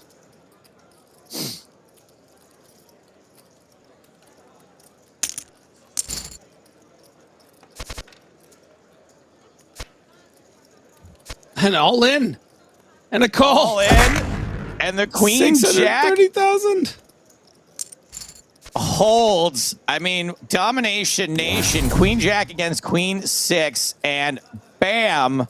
Out goes Zergriz in 5th. $27,524. Naked is over 630 million. Has over 2/3 of the chips in play with 4 Wild. players remaining. Hey, Zergriz, look at that. Zergriz in chat. GG, Zergriz. Nice watching you yesterday and today. Victoria Power making a stand now. You know, Griffin, I actually once played Naked. Oh, yeah? I got chucked out of the casino.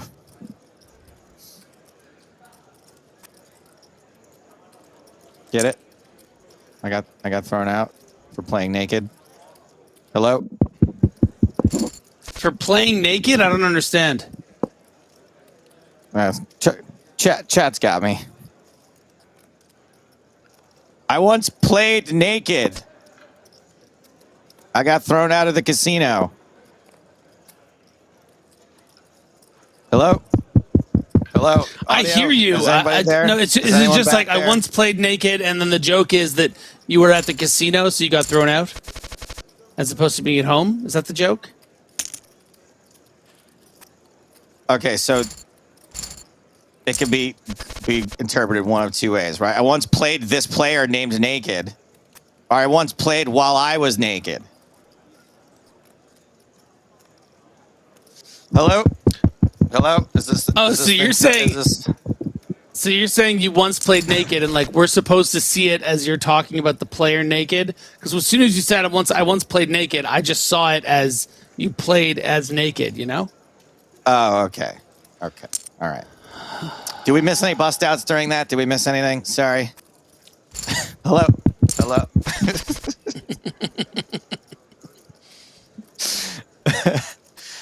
Let's take a look at the prizes that we have yet to distribute here. 35,000 for fourth.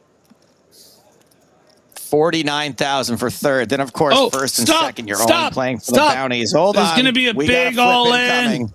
Oh my gosh! Imagine if he just and an ace is folded. Imagine he just gets up to 750,000, 1,000 million. I'm sorry, Big Baruti. Million. You're right. First you send that broken English message, and now suddenly you're Mr. correcting me on the amounts. Here we go. There's the nines all in. Big old flip For incoming. 7. Oh. Somehow, naked, finally, we find a gap in the armor. Victor Souza, 250 million, just 500 million now for naked. Ooh, go deal. Interesting. Interesting. Something tells me naked's probably not going to be super interested in a deal, even so. Oh my God, how mad is Victor right now? Look at that. I'd be so mad.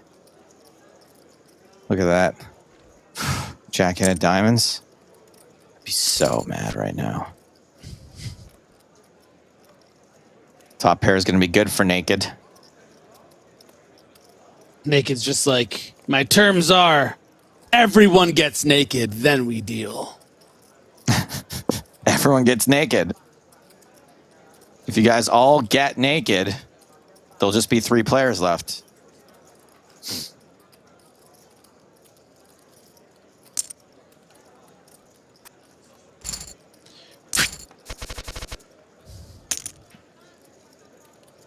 Have you ever been in such an intense moment of online poker and had your volume turned up so loud that when they make the fold, your body physically jumps when you want them to? Can you repeat that?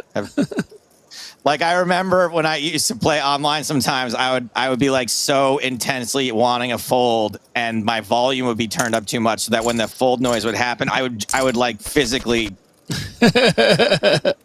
jump from it.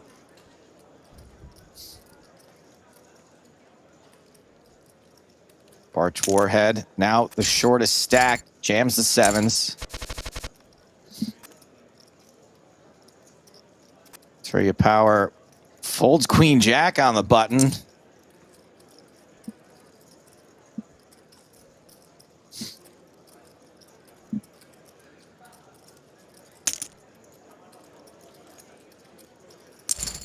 Victor,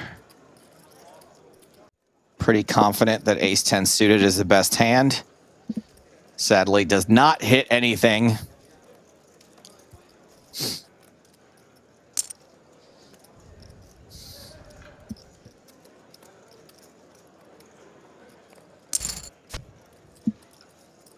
And one more heart on the turn gives naked a very strong draw. And there's also a very strong chance of a chop, but not with that low of a card on the river. And the problem for naked is might not be sure that they have the worst hand, and that's why we see a check. And Victor is going to take down this near 38 million chip pot. Yes. All right. So another force is developing here. Victor El Souza, of course, the lone remaining Brazilian.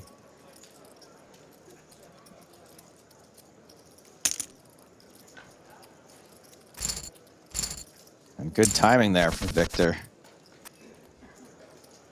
Soda Pop says, hey, Joe, any news on the card counter? Yes, thank you for your question. Do we have an official release date? Oh, yes. Oh, yes. I went to the U.S. premiere over the weekend in Colorado. That's great. Terria Power flops a gut shot. Top pair for Victor. How does Victor have such a small bounty? Didn't knock out that many players. Thank you for your question. Oh. That is a straight on the turn for Turia. Turia will turn you. Pair and the nut flush draw for Victor. Might think his hand is too good not to bet and call an all in. And this might really shake up the chips situation here at this final table.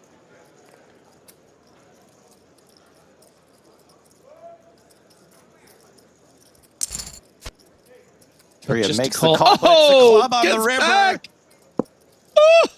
Turia with exactly a pot-sized bet left behind. Victor with the nuts. Turia with a very costly second best hand. How big will Victor go?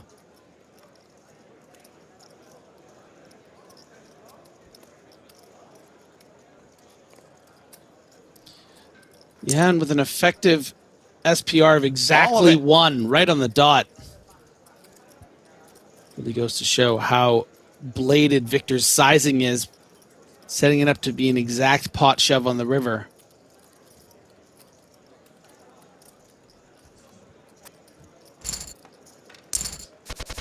And good Victor. lay down there. Frustrating, I'm sure, for Turia. Nuts on the turn and a very weak hand by the river. And Victor's up over 300 million now. Turia pretty much around 20 big blinds.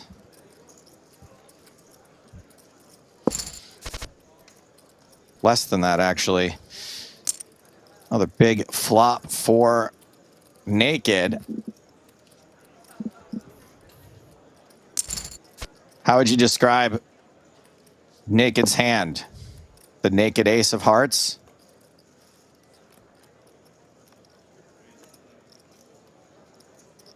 King, queen, still not represented on this board. Oh, never mind. Sometimes you get there.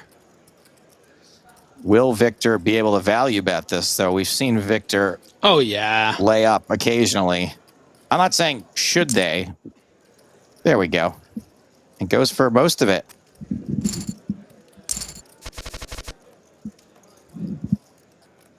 Tens for Turia, queens for Victor. Hold on to your butts.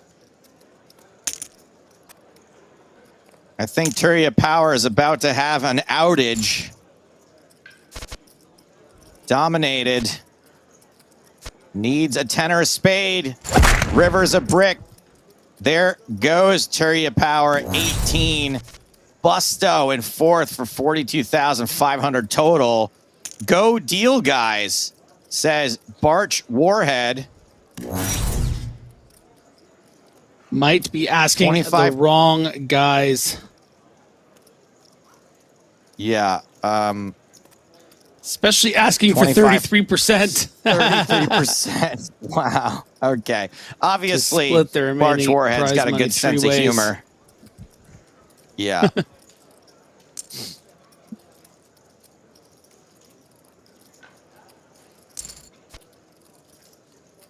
Whew. What'd you say? Two pair on the turn. Victor drawing dead.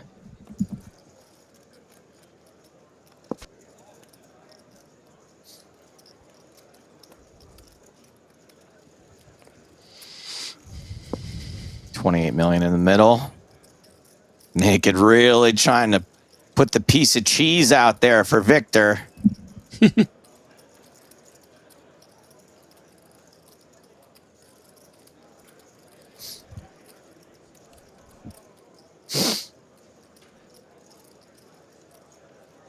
And Victor does bite.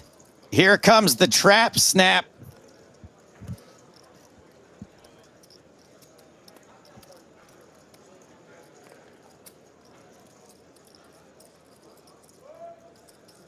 What's happening? 75,000 is happening, Joe. Because he's going to raise, Joe. 75,000? Are you? We're in the millions here, bro. Yes, 75 million.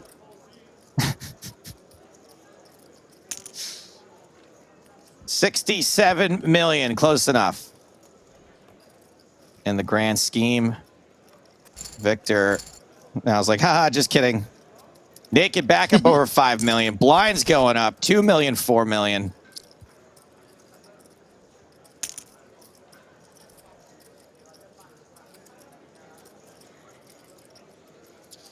Blocker 2334 says, seems like the bounty prize for first in this will be substantially less than the first prize itself, regardless of who wins. Bit unusual. Turns out that it is not unusual in the field size this big.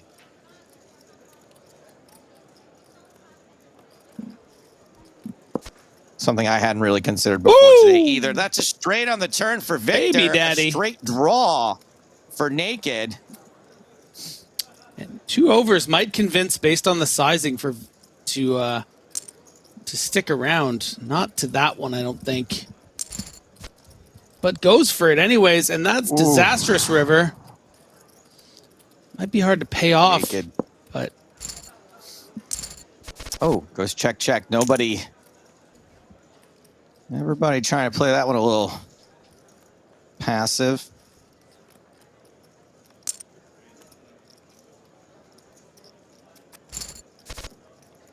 Barge gets out of the way. Top pair, top kicker for Victor. And probably a good spot, right? Naked likes to fire. Yep, sure does. oh yeah. 2/3 pot here. And a very safe looking card for Victor. Up and down now for Naked. Top, says Pappy Van Winkle. Hearts do hit the river. Doesn't really feel like anyone's played this like they had a flush draw. Victor's gonna check and hopefully not have to call off very much here.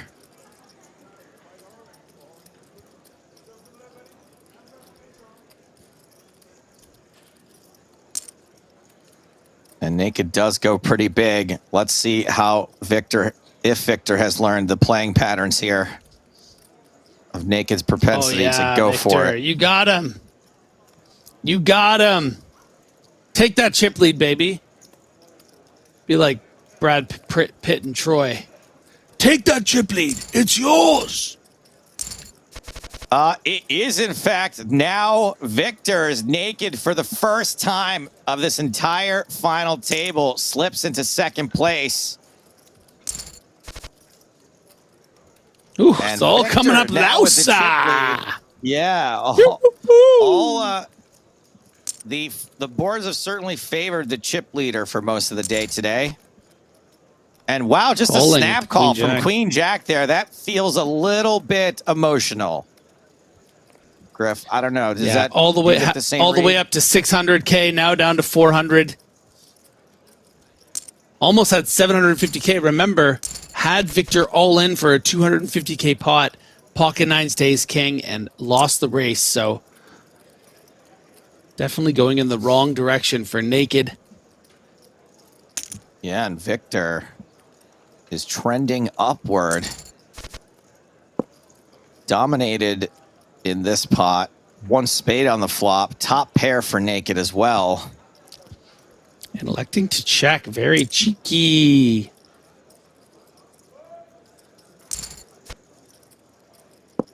And another spade now on the turn.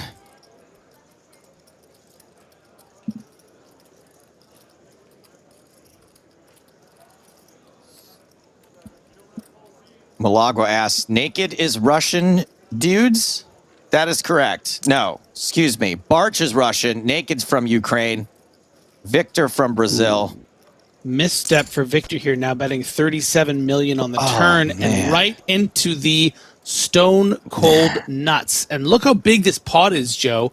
If you think about the way the action has gone, raise pre-flop from Naked, call by Victor, a check call on the flop, good discipline, and chip lead back in the favor of Naked, winning 121 million.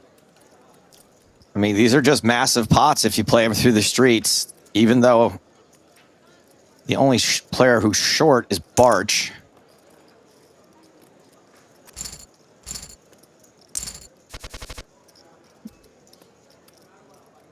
All right, well, Barch is going to have a chance to actually do something here.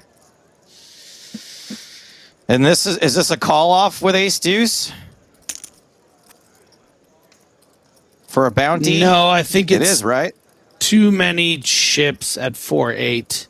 Sorry, at 2-4 million. We're It's looking like at 13 about big blinds. just over All right, 13 well, big blinds, yeah. Souza agrees with you.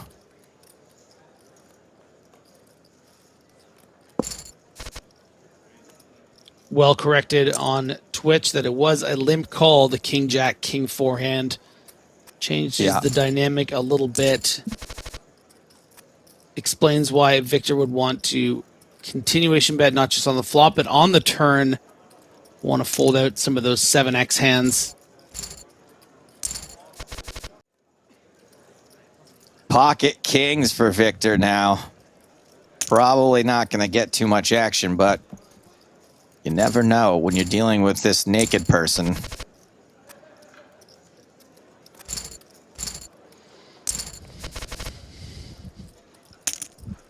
All right, some playable hands. Queen Jack from the button, naked, going to kick things off. Victor in the small with ace 4. Sometimes would be a 3-betting hand.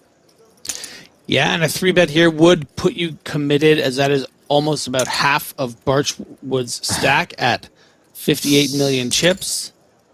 Barch in a good spot to double up. Can he fade the 4? Doesn't matter now. Gonna need a king for a chop. Nope.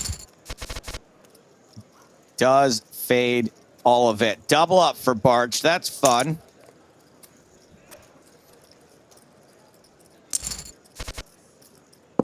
Ace 8 against 8s. The snowman.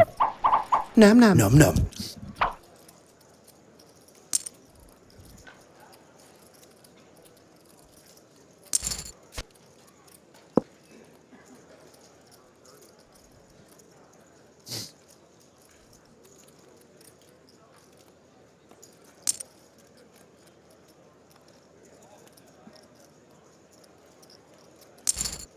Victor continuing. And again, we see Naked getting a little Big stubborn. pot. Check, check on the end. And Souza once again within striking distance of the chip leader.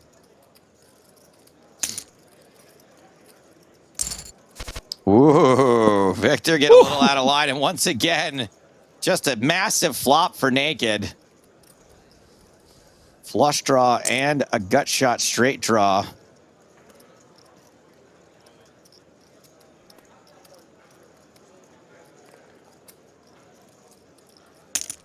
Oh, we got a gingerbread man.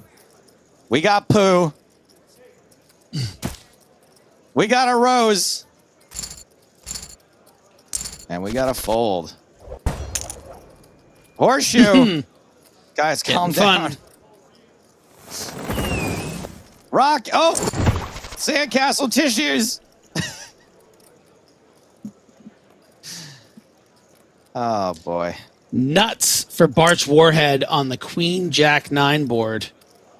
Nice. Yeah, and Naked does Not not want the to worst fold a flop pair. for Naked. With that straight draw and mid pair. Now to a bet like that, gonna probably want to be wise and let it go.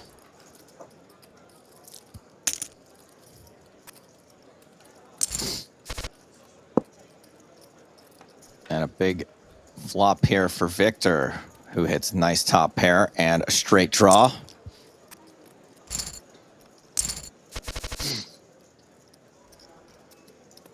Ace 7 for Barch.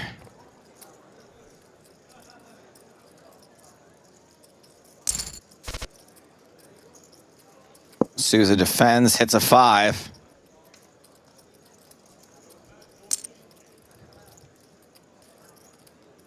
Barch doing their best to continue. Probably not loving this proposition. Ooh, gets lucky.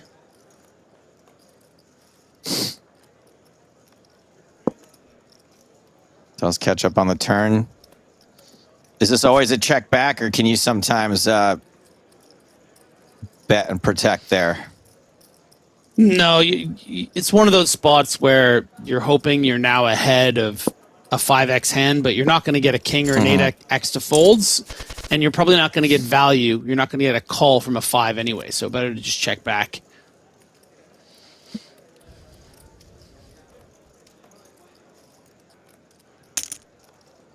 Victor raising into the Cowboys, the Clangers. Parch makes it a cool 40 million. I think that's going to be the end of this hand. Not only is it the end of the hand, it is the end of the session. These players are going on a break. During this break in play, we're going to check out some action from earlier in event number 67, the high event, featuring my favorite name, my favorite real name to say in the world, Gleb Tremzin. Still in this event, TI0373. He's got 4 WCOOP titles. He's a runner-up in an EPT. Love me some Gleb Tremzin. Gleb Tremzin and Hossein Ensan's heads-up match is one of my favorite heads-up matches of all time. 2 dudes having a good time. If I remember, Gleb Tremzin was ill. There was a miscommunication during a hand that could have led to like a big kerfuffle, and everyone was like, it's cool, no big deal. Let's just be more clear about it next time. I really appreciated the way they played against each other, and that was my my first biggest introduction to Hossein Ensan, who obviously went on to become a main event champion in the World Series of Poker. Really fun heads-up match if you guys haven't seen that. Hopefully we get to see Gleb in action here. Got pocket 7s for ILC Amello. And might be a situation where Gleb is going to want to shove in the ace-10. Has less than 20 big blinds. You're facing a late position raise who has a lot of chips. Could be a lot of raise folds in the range. I think 7s are going to play as a call here, though, for Camelo, and we might be off to the races. 2 10s and an ace folded from players on the rest of the table. 1 7 out of the deck. But an ace is there. Big fat ace on the flop. 10 on the river. Didn't need it. Overkill. Double up Gleb Tremzin. Ace king suited for Vadanas. Vadanas. Vadanas. We must contact Vadanas. Vadanas. Only one man Raise will and know take what it. to do. For Vadanas.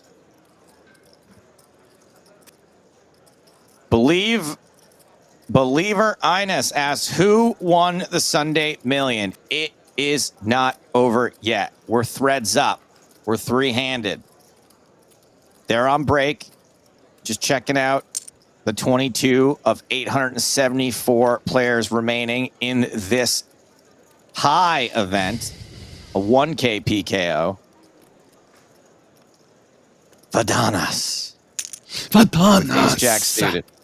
Vadanas. Vadanas.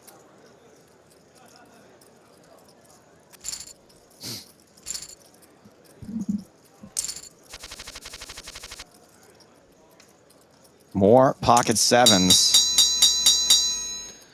But They didn't hard fare so pressed, well I think. against ace 10. Yeah, to we've be got able pocket to 9s see a kicking flop things with this off. Ace king in there. Tremzin. Gleb Tremzin. Such a good name. It's like a name from Tim and Eric Awesome Show. Like, oh, my guest today is Gleb Tremzin.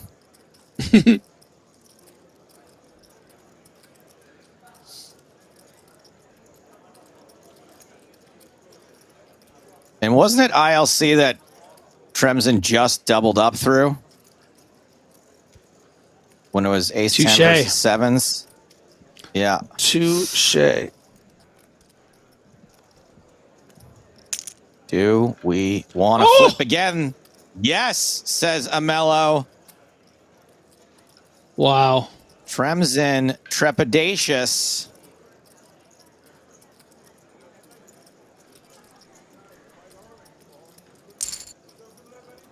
Makes the call. Has not hit an ace or a king this time. Misses, and that's going to be it for Gleb Tremzen. Won a flip, lost a flip. Those chips going, and the bounty going to ILC Amello, and that's all we're going to get to see from event number 67 high, because it is time once again to tune in to the Sunday Million Special Edition three-handed. I'm going to take a step out and allow James Hardigan to pick up the reins. Thank you, Joe. 43 big blinds, 87 big blinds, 102 big blinds. Those are the final three competing for a World Championship of Online Poker trophy and a first prize of nearly $90,000 plus bounties, 83,424 for both second and first. That final bounty, of course, will separate the winner and the runner-up. Griffin, it seems to have been a theme of this series that we get an extended, some would say protracted, three-handed, short-handed phase to the final table. We've had a regular rate of eliminations. We had some really aggressive, fast and furious action. And now we look like we could be with these three players for some time. Yeah, you know, when the eliminations come fast at the beginning of a final table, that means that, you know, these big 100 big blinds plus stacks are only getting bigger. And by the time we get to three-handed, if it's going that quickly, we're going to see these huge stacks. And it's going to be hard for all the chips to get in the middle and find these big eliminations. Yeah, just think it's interesting that pretty much every final table we've covered has followed this format. And look at this, we have a straight on board. However, with the 7, Naked has the higher straight. I think that deserves a little ding, ding, ding, don't you, James?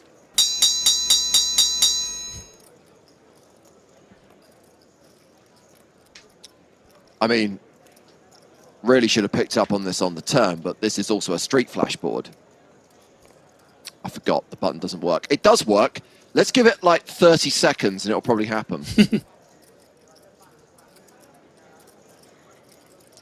Now, with 54 out there, how much is Naked going to try to extract for Barch Warhead to call as a chop?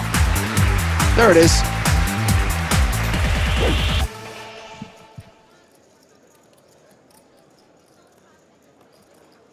I don't know what's longer, the delay on this hole card information or the delay on me pressing that button and the animation coming on screen. And it has been checked to Naked, who puts out that 52 million chip bet. Might be a bit too greedy, but we have seen Barch Warhead not be a believer. Some pretty big calls on this final table, whether it was the ace-10 to the ace-queen very early on, or this the is where pocket 9s to the ace-jack on the jack-high board, James. Joe's voice echoing in my head. When they bet like this, when they bet that big, they have it. And sure enough, he has it. And I know you don't want to get blown off a chop, but you know someone could have a higher straight. There's the possibility of a flush. It's just not worth it.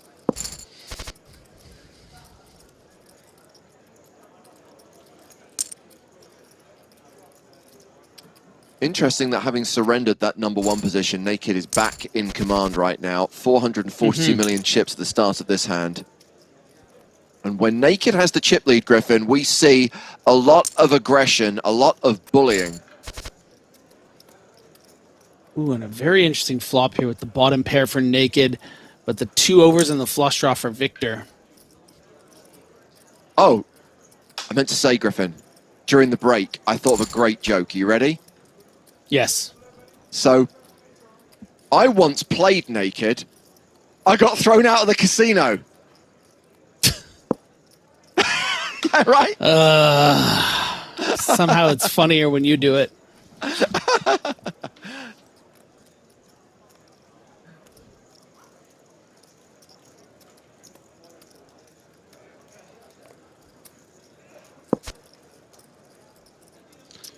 And now the problem here, James, is that Victor is kind of in that bottom of the range situation where he might want to represent having that 6 or even bet small for value with like a 7, and that's what he's doing as a bluff with the king 9 to try to get a fold from an ace high.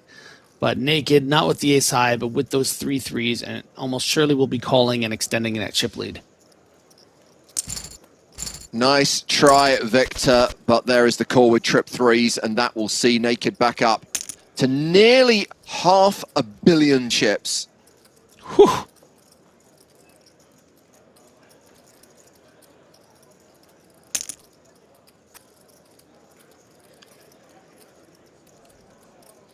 A bit small for an out of position raise, just 2.5x. But given what the hand Victor has, it might really work out for Warhead. But does elect to fold.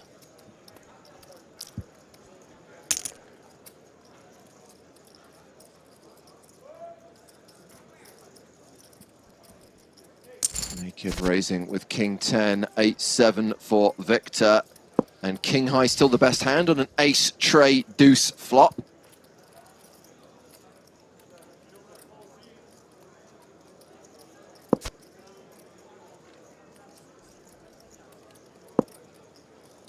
Now, second pair for naked with Victor drawing dead.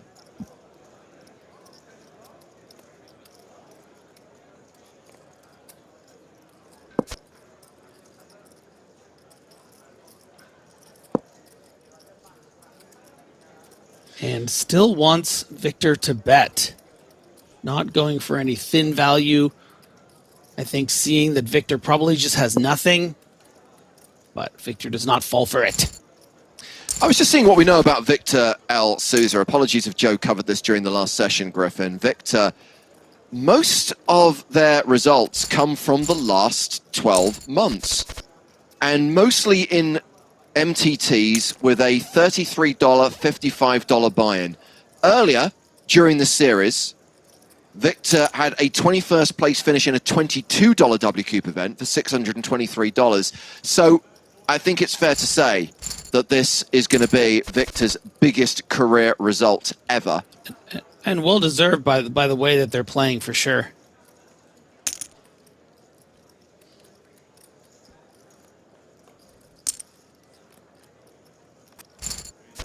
Sevens against king 10. Seven still good on the flop.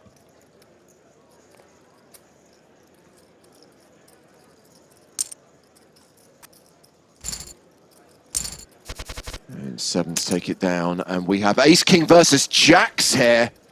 Wow. Get your racing shoes on.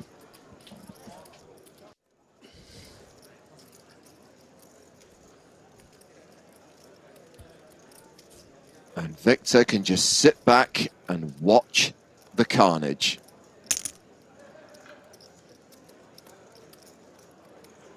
And it doesn't matter how deep they are here with these two hands short-handed. All the chips are going to go in the middle, and we're going to flip that coin. All into call for Barch Warhead. Hands too strong to pass. Safe flop for jacks. And that is going to be the double up for Barch Warhead. And look how they have evened out. Big time.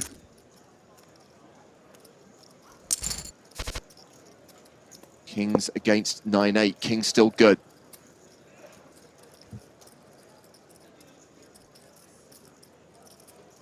Naked and Barch Warhead pretty much tied for the chip lead. And Victor not that far behind, having won that pot. Oh, here we go again. Barch Warhead is not going to give up. Still banging that drum. Some would say beating a dead horse. Still asking for a deal. And deals are not unheard of three-handed in PKOs, but they are rare. Oh. They've all ticked the button, Griffin. Oh, here we go. So after this hand, they are going to look at the numbers. Now, I think it's important to stress that the bounties cannot be divided. So basically, we're talking about the first, second, and third place advertised sums. Barch Warhead talking about an ICM deal, which I guess would favor Victor right now. So they will look at the numbers and they will look at a potential redistribution of that prize money. The bounties are the bounties. They cannot be touched. I believe, no, there probably wouldn't be a set aside in this because it's a PKO event. So we won't know. If they do agree a deal, there's a chance that they decide just to play on. But if they do a deal, and I know I say this every time, we won't know what they've locked up. We won't know what they receive in prize money until they are eliminated and the payout is then published in the tournament lobby. All the deal negotiations, all the discussions, all of the actual agreement is done behind the scenes and only the players are party to that information. And I'm intrigued to know which way this is going to go. Barch Warhead has been trying this for some time, of course. The disparity in the stacks probably prevented a deal being done, but now it is pretty even. Maybe the other two would agree to it. They certainly were up for looking at the numbers. Deal completed. Deal done. Wow. Okay, so the advertised payouts, no longer relevant. They will have secured unspecified sums based on their chip equity, based on ICM or chip chop, we don't know which, and now they are playing on, and of course the bounties will still make a difference to their final payouts.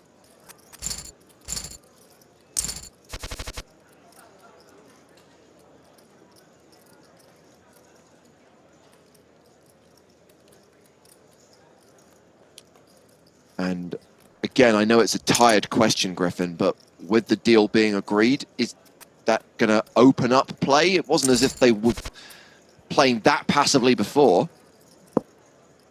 It might, incentivize Barch Warhead to get a little more involved. I think very clear by how adamant they were about wanting to see the numbers that maybe this was really the objective, getting to this top three, getting a nice chop in, and maybe that'll, mean that we'll see a little more play from Barch.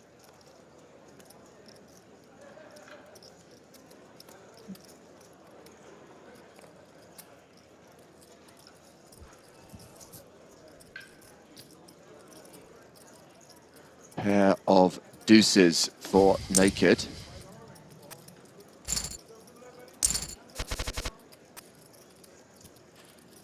Gonna work. Still pretty even between these three players who have just agreed a deal, redistributed the payout section of the prize pool. The bounties still a determining factor.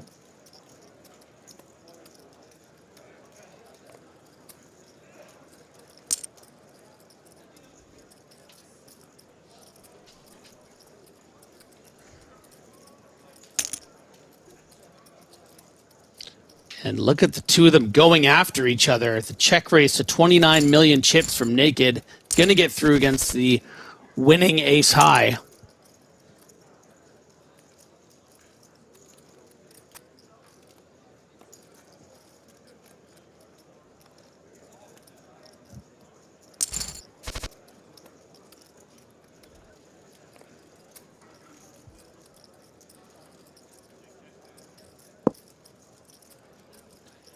My understanding, for those of you asking, is that in a progressive knockout format, there is no set-aside amount. There's certainly nothing in the lobby about there being a set-aside, and normally that information is disclosed to players when they register. I would imagine that because of the bounty element, that's not enforced. So there's still money to play for in addition to the trophy.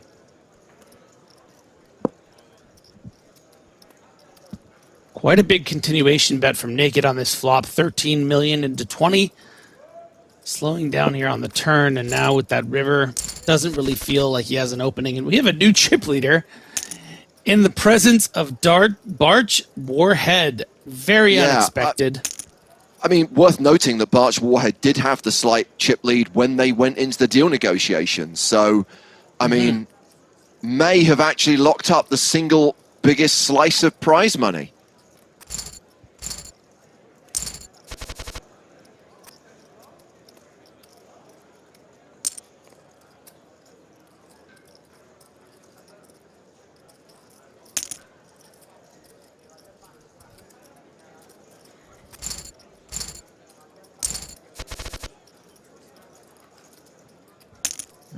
Be interesting to see whether Barch Warhead holds on to this chip lead, extends their advantage over Naked and Victor El Souza, or if we continue to see those swings and continue to see that chip lead change. Everyone around the 300 million mark right now.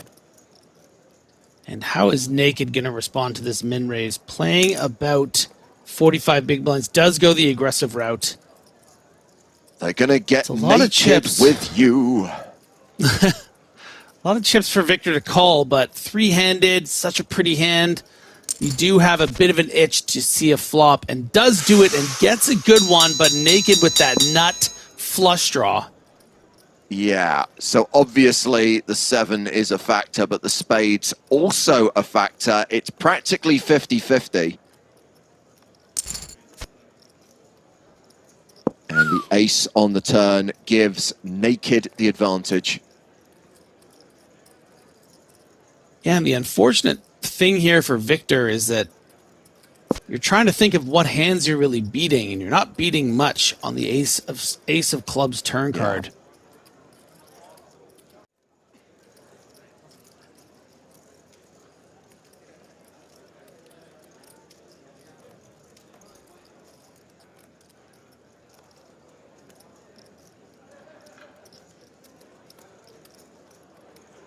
Life is Fight says RIP Victor. I don't think Victor's going broke here with a 7. I don't even think Victor's calling this river bet with a 7.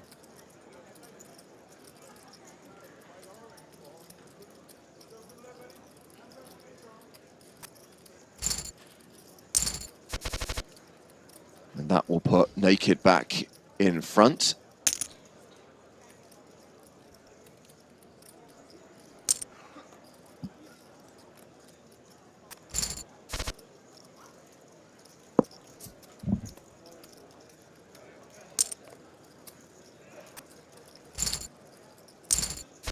I know that discussing the weather is A, a very British preoccupation, and B, a really tired subject of conversation. But what is the weather like in Montreal at the moment, Griffin? Because it's borderline unbearable in my part of the PokerStars arena right now.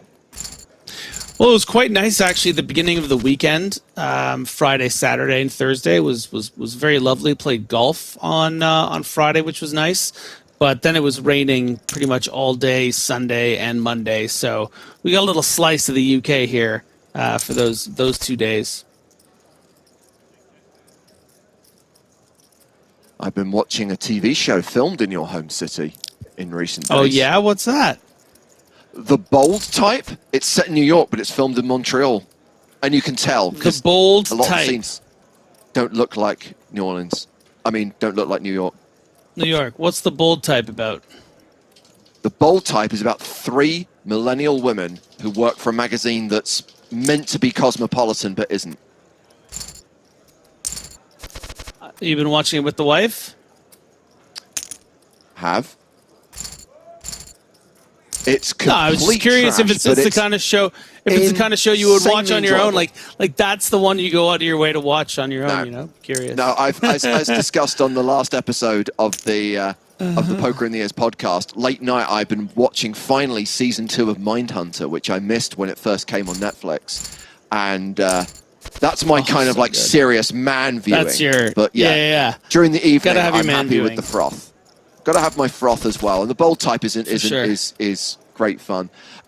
No, I mean we discussed it last week. I think Mindhunter is fantastic. I think it's one of the best shows on Netflix. Sadly, just didn't bring in the viewers, and I think the production costs versus the actual numbers of people streaming the series, plus the fact that David Fincher has other priorities right now, means it could be 4 to 5 years, if at all. But I think we'll get it back again. Yeah, I keep on hearing different things. Where were you watching the Bold Type? It's on What Netflix platform? in the UK. Okay, I wonder if it's on Netflix here. I don't know about Canada. I think it's clearly a network TV show in the US. I don't know where it would be shown in your country. Mm-hmm.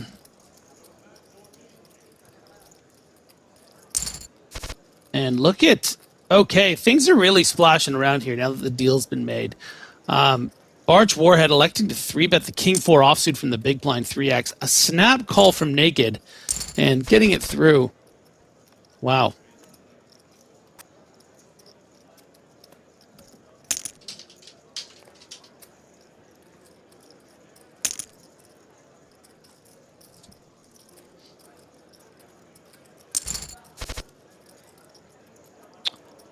Four, five, six, seven.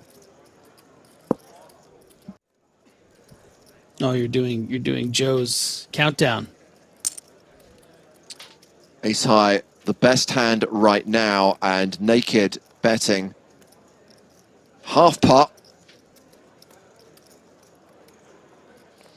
Gonna be continuing here, whether it's a check raise or a call is up to the Warhead.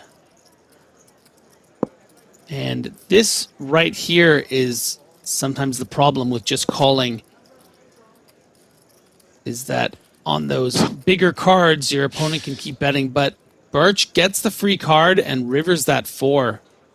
And it's the classic Joe Stapleton cliche, open-ended straight draw, river a pair. In this case, the pair is good enough, and Barch Warhead will win the last part of that level and increase their chip lead as the blinds go up to 2.5 million, 5 million. And Barch, with decent cards and with that stack, can start applying some pressure.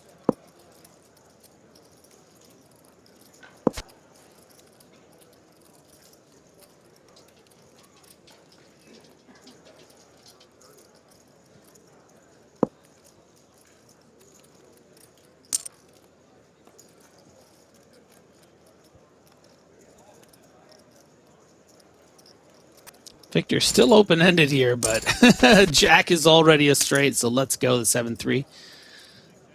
Ooh, Victor going to feel comfortable, I think, re-raising this open. Playing just under 40 big blinds.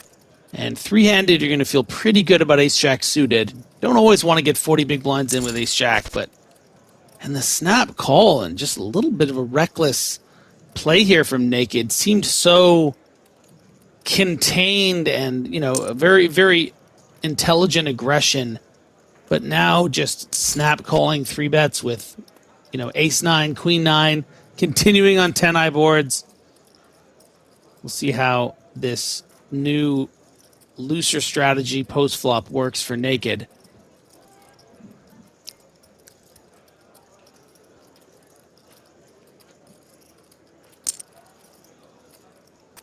And would you look at that? Victor bets half the stack. Yeah, and we have a situation now, Griffin, where the one-time chip leader, the one-time player who had more than 2/3 of the chips in play, is now the short stack of the 3. Meanwhile, 4's open, ace, queen, 3-bets. Yeah, now that Victor's playing closer to 50 bigs, I think going to feel comfortable to just see a flop.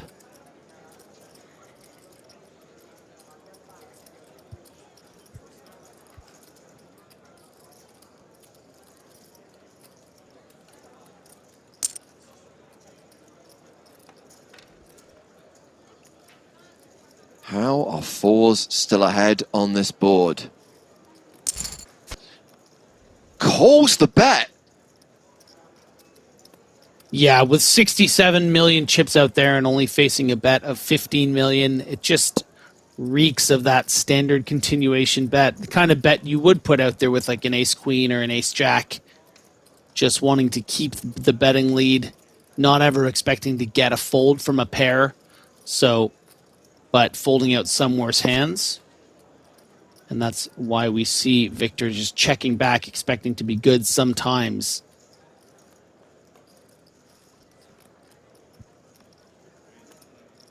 $98 million in the pot. With these blind levels, with these stack sizes, we can go full Mathis with every single hand.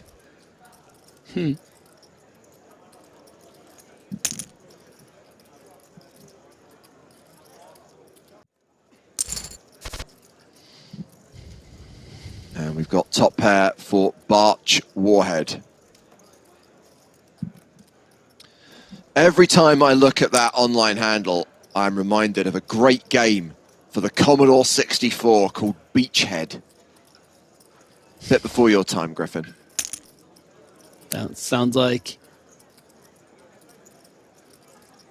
Now, this raise might end up actually getting some value, as, you know, it looks kind of bluffy, but Victor doesn't continue with the ace-jack high. And, you know, that might have to do with having that chip edge on naked.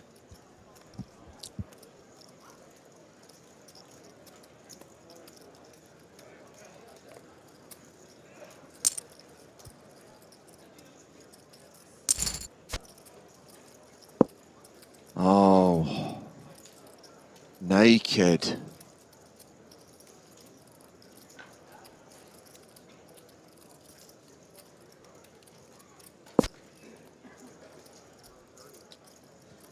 Willie says those old consoles can fetch good money these days.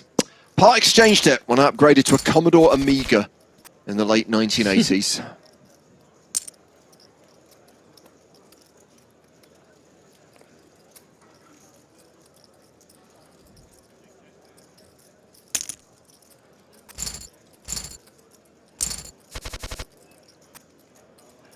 It was a great Batman game for the Amiga, tying with the Tim Burton movie.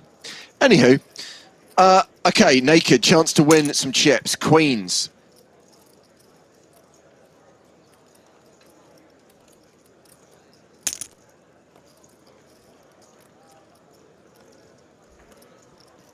Loving this. Button open, small blind 3-bet, queens.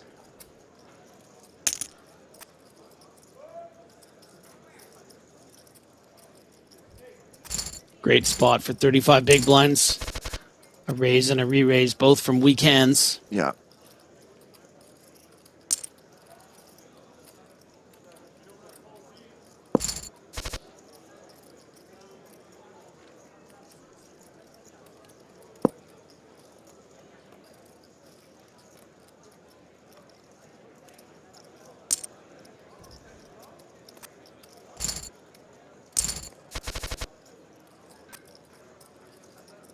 Blind v blind, ace-jack versus 8-6. Griffin, while everyone watching is reminiscing about video games of yesteryear, what was your first console, or did you start as a PC gamer? So I started with the original Nintendo. So the original Mario, Duck Hunt, that sort of thing. So what But year I would did actually the say, original as Nintendo someone, come out? I don't know when it came out, but I must have got it when I was, you know, I don't know, probably 7 or something like that. But I would say the first time I really cut my teeth with the system and played a lot, which was with Sega. Okay. Sega, I was all over the Sega action. Sonic. Thank you, Sonic. I just find it so hilarious that, you know, the whole battle of the console wars during that era was Sega versus Nintendo. And now, like, you've got all these games for the Switch, which are like Sonic and Mario together. And it's just like, whoa, what? When you consider how, you know, the fact that Sonic was created to combat Mario, it's just hilarious that there are now games where they appear together. It's a good point. Oh, Ooh, very, very juicy flop here.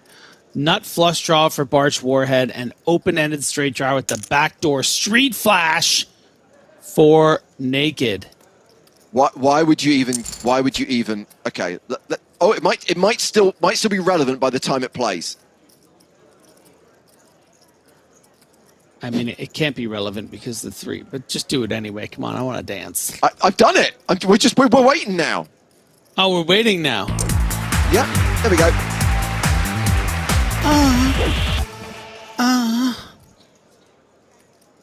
My erotic dancing sounds.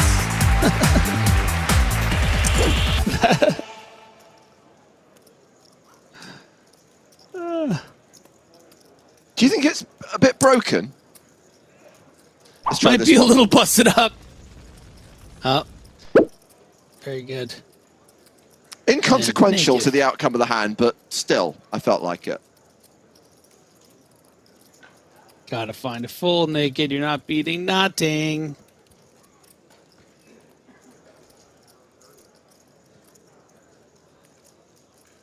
Literally not beating anything. You can't call here, man.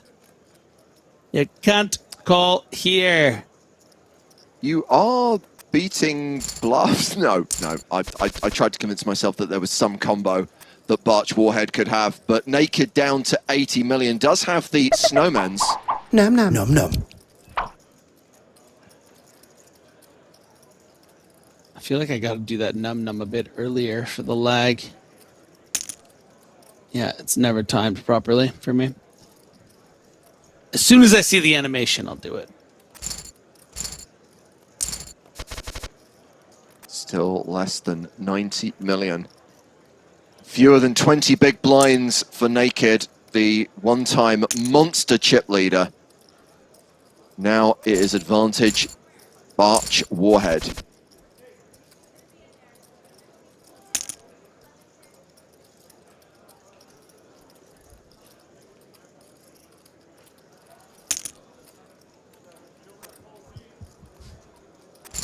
Flexing that chip lead.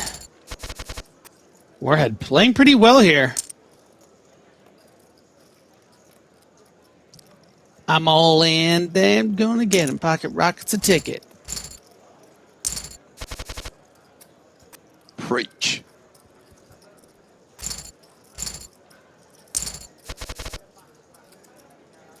So reminder that when the stacks were pretty much even, they did agree a deal. That deal only relevant to the actual payouts, the bounties unchanged, still as advertised, the single biggest bounty being on the player with the shortest stack. Naked worth $10,000 and could get a double up here. Ace Queen against King 6 all in. And Ace High holds. That is going to be the double up for Naked. 161 million chips now.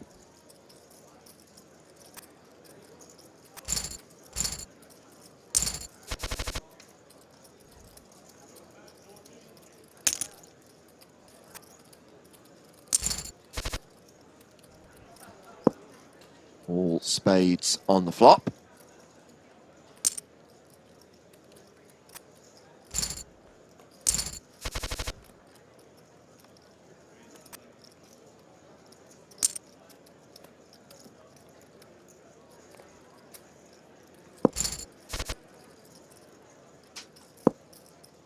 Ten high versus 9 high.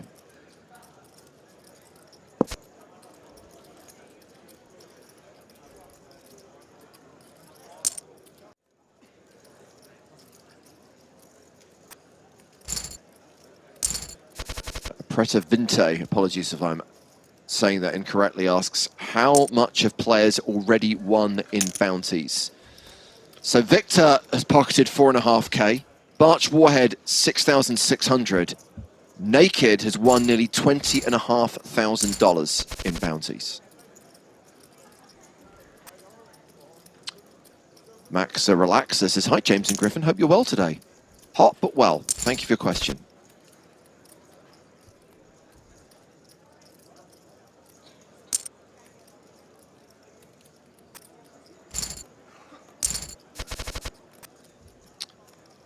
Oh, this is a good one.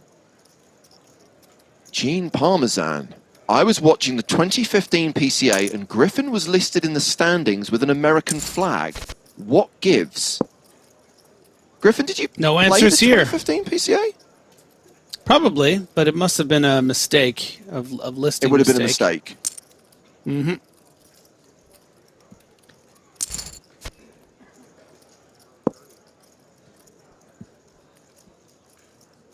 Not really sure there's much value in going back and fixing a TV show from 6 years ago.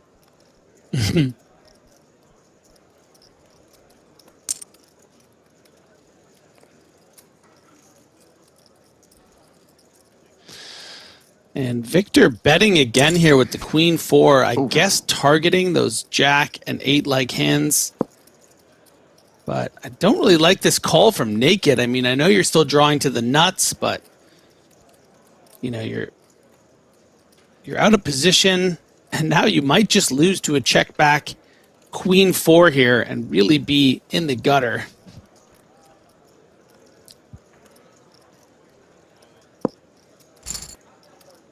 Boom.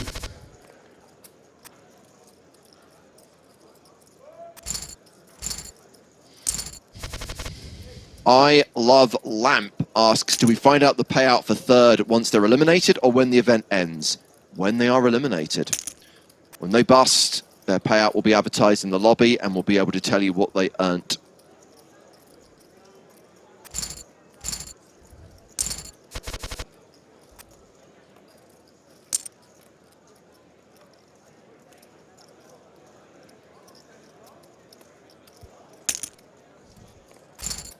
Queen 7 versus Jacks. And really a bit of a fall from grace here for Naked. Remember, had as many as 600 plus million chips. Keep on making that mistake all tournament long. So unusual to see so many chips. A field of 18,720 players just down to the last 3 here with these near 1 billion chips in play. But Naked just falling apart a bit here. Has locked in that chop for the, you know, large first through third type prizes.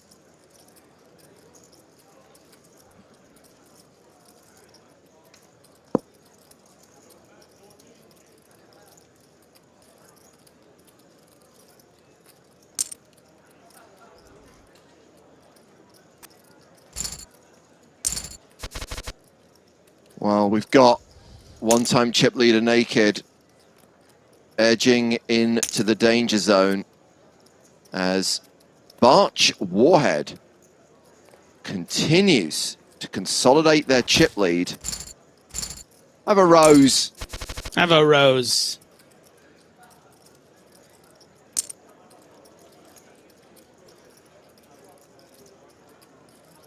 All in.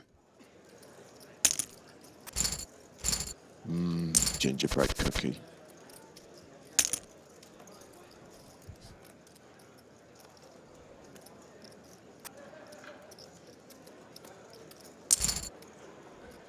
Ooh, very loose call here with the 9-8 for 12 big blinds, but going for that massive bounty. You think about it, you can't really blame Barch Warhead. I guess Think so. about how much money that is. I guess so. Only 12 Still big feels blinds. a little bit optimistic, Griffin. So Naked with the double up to 132 million.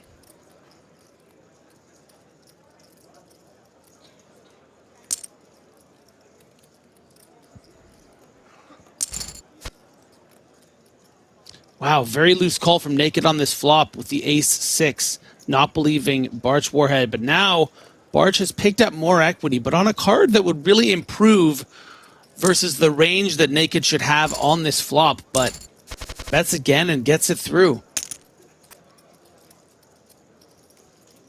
Ace Deuce versus Jack Deuce. King 10 versus Jacks, blind v blind. Wow, big hands here, Victor three-handed. L. Souza limps. We get the raise from Barch Warhead. Called, and that is not a great flop for Victor. On the surface, top pair, solid kicker. However, your opponent's got an overpair. They're betting big on the flop. 2/3 pot. And Victor is actually going to go for this all the way. Thinking that, I mean, you think about the dynamic, James, that's been established between Barch Warhead and Victor. A lot of 3-betting from Barch, and Victor decided, you know what? I have a strong hand. I'm going to limp call this, and if I flop this well, I'm going to play for all of my near 40 big blinds. And that's really what's happening here. All of this money should go in now. And Victor will be at risk and will be a 3-1 underdog with 2 cards to come. I would be very surprised if Victor finds a fold here and doesn't. He calls. Ace on the turn, 8 on the river, and that is the elimination of Victor L. Souza, the Brazilian dispatched in third. Cashes out for a total of $76,000 in prize money. And we are heads up, and look at the disparity in the stacks. Look at the advantage that Barch Warhead has right now over Naked, who has that 10K bounty. Yeah, an incredible chip edge, but I do want to say a very impressive performance from Victor Souza. Played extremely well all final table long. We saw quite an incredible fold with the King 9 on that King 5-5 River 6 board against pocket sixes after check raising facing a check raise on the flop. So really well played all tournament long, and a good representation of what we've seen from Brazil, not only over the course of many WCOOPs and scoops, but this one. Correct me if I'm wrong, James, but I believe Howard Swain's told us 34 titles already in this WCOOP compared to the record 35 they put up last year. So won't be in this event that they match the total from last year, but you can see why they're all over the place. Yeah. I was going to say it's only a matter of time. It'll probably happen tonight in one of the other events concluding. Meanwhile, these two started the final table as the two biggest stacks. It was Naked who was the monster chip leader and really pushed that chip lead to 2/3 of the chips in play. Now the shoe is on the other foot. This is all about Barch Warhead. And how is Naked going to play this? It's two pair against the diamond draw, the straight draw, all in. Yeah, gonna play as an all-in for the tournament here. Open-ended straight flush draw, and that is the flush. So Naked doubles up with the flush, and Naked back up to 200 million, and getting aggressive again, 215 million.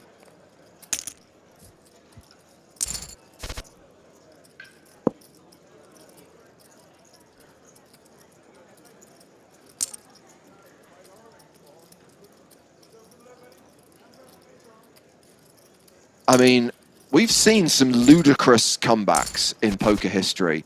If Naked were to regain the chip lead and close this out for a win, that would be beyond impressive.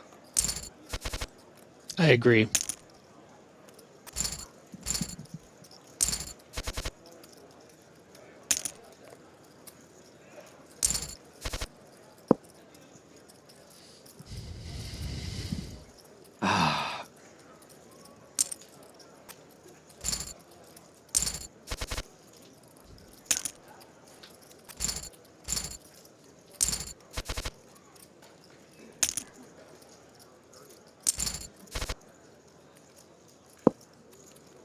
Queens versus a pair of fours.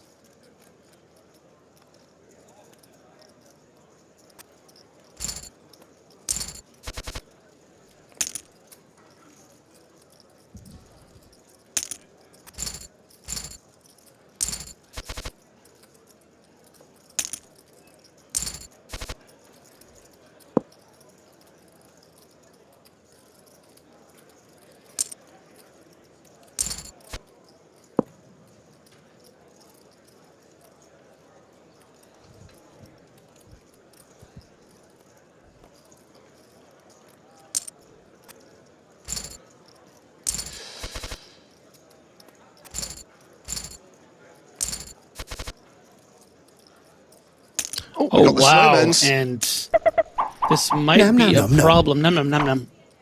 This might be a problem here for, big time here. This could double them up right to 300K, and we could have a real fight now. No, 6 on the river, so Naked survives. So 2-1 chip advantage now for Barch Warhead. Another double up. The situation is reversed. This is where things get exciting. And this is where you start to wonder if the Naked fight back is on.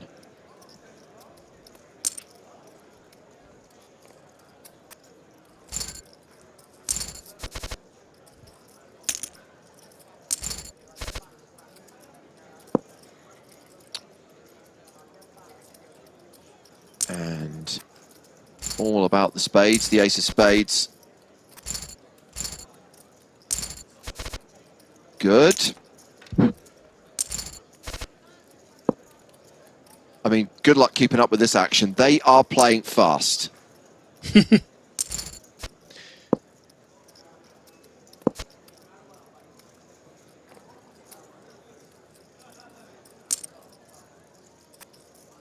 So reminder that we now have a very clear understanding of what constitutes the final bounty. We basically add together the head prizes that are advertised and multiply it by 2. So it's 10,000, 4,500.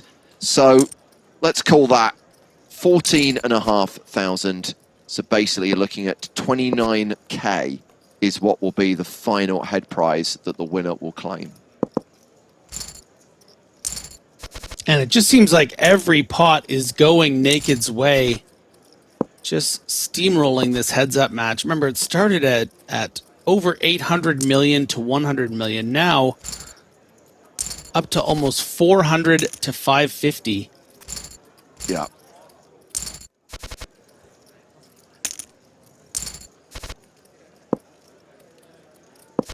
Great flop here for Naked with the queen would have made a straight.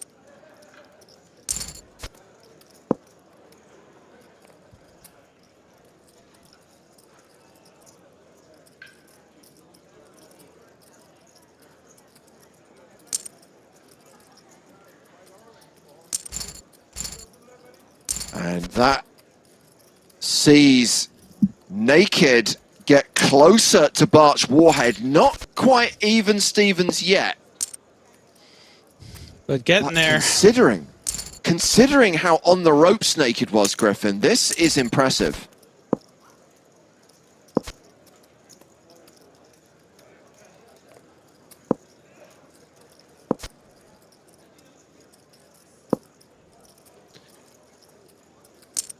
And Barch now finally going to bet on the 4 diamonds. Naked has made Hero a pair call with the the deuce. 5 deuce. Hero call with a... Ah, come on.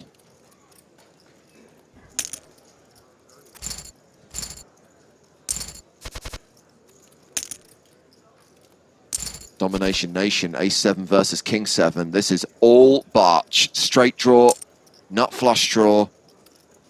Best hand right now with ace high gets a fold.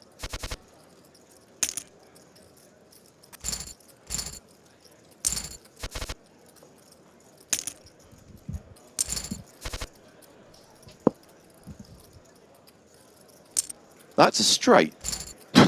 That is a straight. Frustrating though when your opponent has literally nothing and can't even call a single bet. Yeah, especially because, I mean, that's what's so great about flopping a straight compared to having other kind of value hands. You know, you flop a full house, it's so unlikely for your opponent to have anything to want to continue in the hand. When you flop a straight, you unblock the entire board and your opponent is likely to have some sort of pair, 2 pair.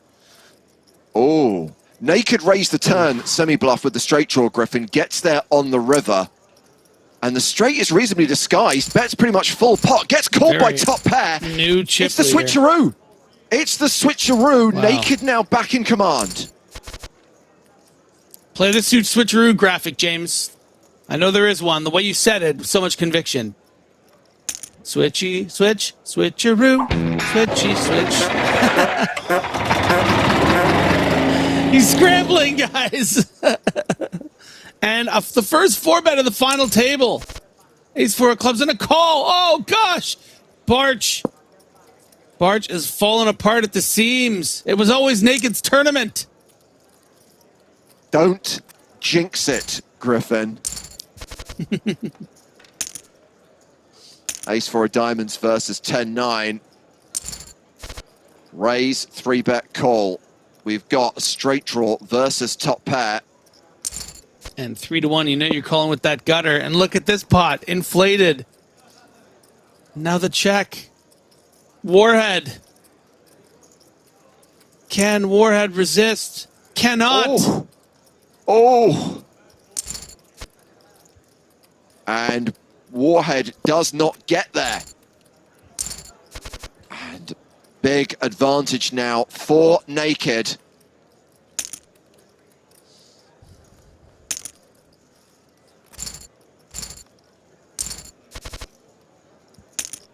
Ace-Queen versus King-4, the button raise. The 3-bet from Ace-Queen, the call from Oh King-4. my God. What are you just running out of energy, Barch? You come this far. What are you... Oh my gosh. Oh, it's sick so ugly. turn card James. as Barch improves to 2 pair and is likely to double up in this spot. Why just call? Put it in there.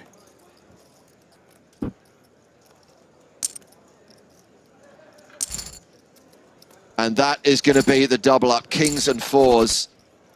And Oh now my it gosh. is Barch who is back in the driver's seat. Slight advantage, guys not a are huge losing it. advantage, but still has the chip advantage right now over Naked.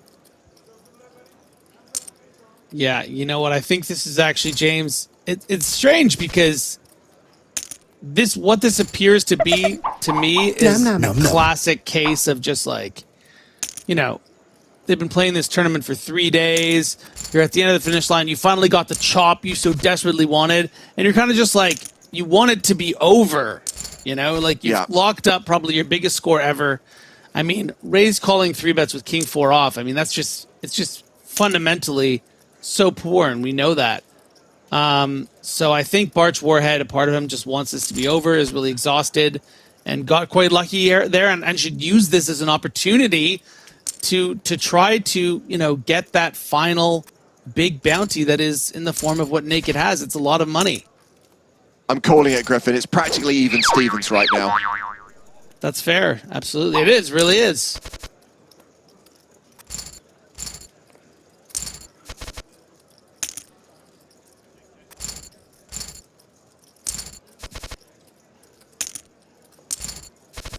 Eight 6 versus 10-8.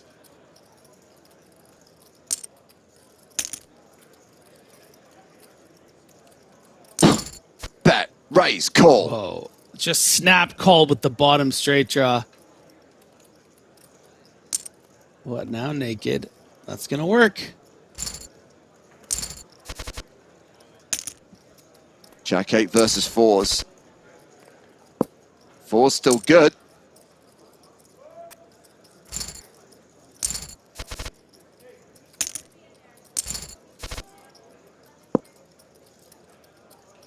King High has the advantage.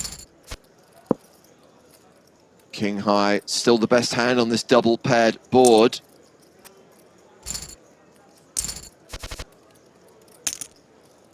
Ace 7 versus King 10. Call.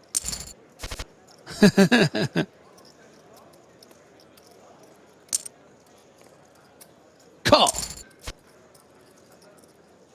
Not sure Naked can call again. 52,000. 73. Here we go again. Even Stevens. 36,000.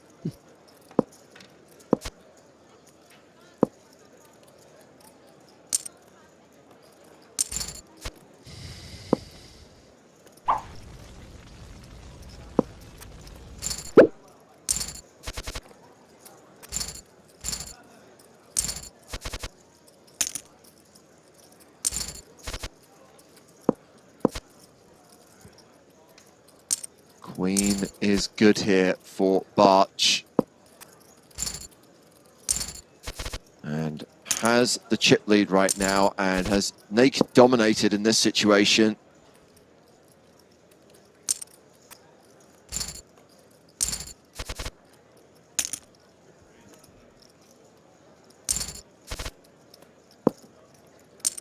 Pair of kings is good. I mean, the one thing we can't forget. Broadway. Oh, wow. Gets there on the river and puts more distance between them. I was going to say, the fact that this is day 3 of this event, they played a long day on Sunday. They played a very long day 2 yesterday to get down to the final table. Now is when you have to be making perfect decisions, and fatigue is going to be a factor.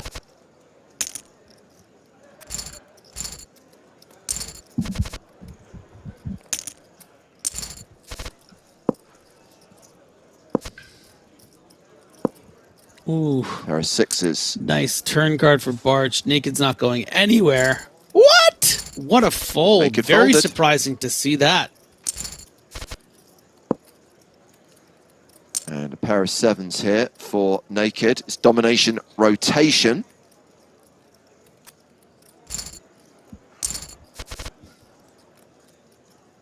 And we've snowmen's once again. Nom nom Num num. Num num. I think I timed it better that time.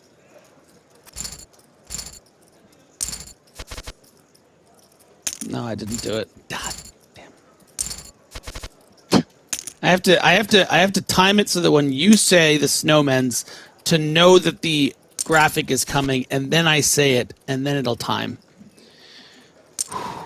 And it's hot out Priorities, here. Another 3-bet pot. Priorities, Griffin. Another call with the ace rag. And another pretty big pot is now Barch Warhead has really taken the lead here.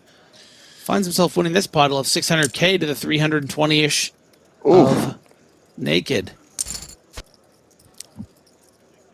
And sixes will play. This gets checked, and the players go on break, and it is the 2-to-1 chip advantage for Barch Warhead. The heads-up battle in this Sunday Million Special Edition resuming shortly. During the break, we're going to see what happened during the last session in event 69 high. This is the $530 7 max event. 7 max, come on. We have got Damian Salas, the reigning World Series of Poker main event champion, Pampa 27. We've got Tiago Creamer, K Cremate. And we've got Dinesh Alt, Nasty Minder, who has already won 2 WCOOP trophies this series. Yeah, really all-star roster, which I think you should expect from the 530 level. I have a lot of experience playing against some of these players, and they're incredibly talented. Virus Alice, for instance, K Cremate, Pampa 27, like you mentioned, Nasty Minder, just a real who's who of very talented players.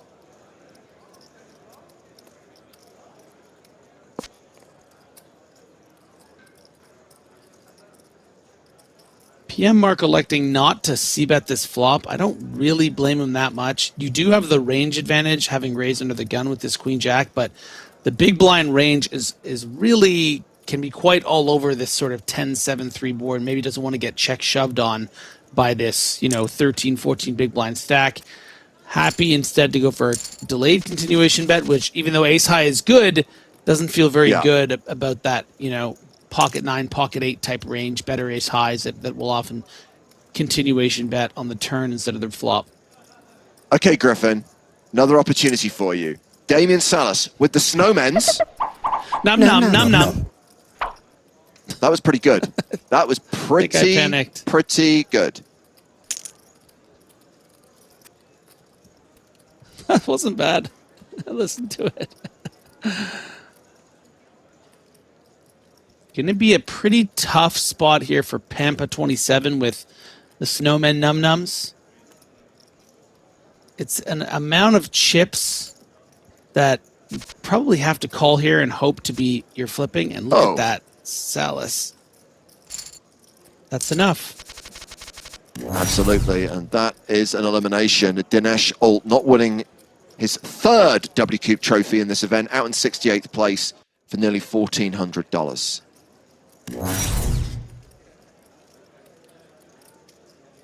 Good chance for Tatencho to make some chips back after losing that small pot to PM Mark.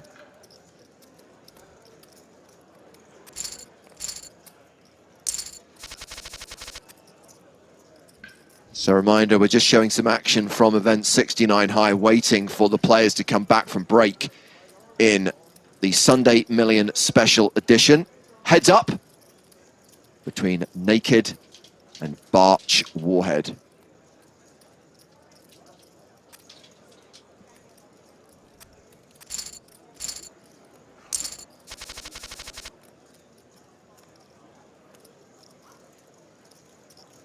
Tens here for Damian Salas.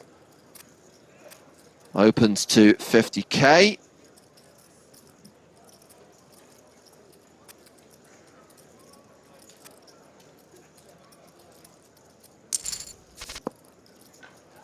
And we go to the flop, and that's not bad for Alice, is it? Pair of sevens, flush draw. And I love this check back from Pampa 27 here. You don't want to find yourself getting check raised by a 18 big blind stack on this jack high board when you have tens. Much rather just check and see what happens on the turn. And might just decide to let this be checked down and take it down. instead of facing a very difficult situation on a check raise. Salah's making a deep run in that event as we go back to the final table of a tournament that started on Sunday and concludes tonight. It is the Sunday Million Special Edition. It is Barch Warhead playing 106 big blinds versus Naked with 49 big blinds.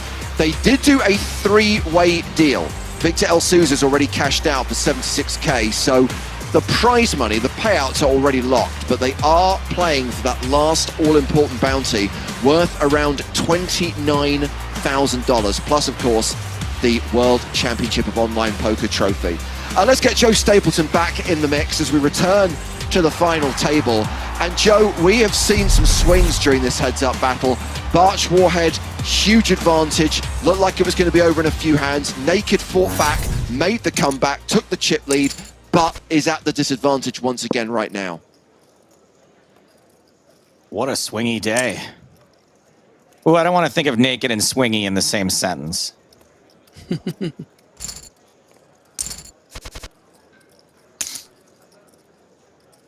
Ace 4 versus 9-5, and a pair of fours here for Naked. I was hoping there'd be a big chip lead for Naked so I could say we've got Naked and Afraid. And we've got a pair of fives. And now the straight possibility for Barch Warhead. Yeah, with that picked up equity, now you just want to start targeting those 5x, Jack X to fold. They won't fold on the flop, but with a king turn, maybe they will, and it does get through. Nice hand. 4-3, king 10. The button raise, the 3-bet, and the fold.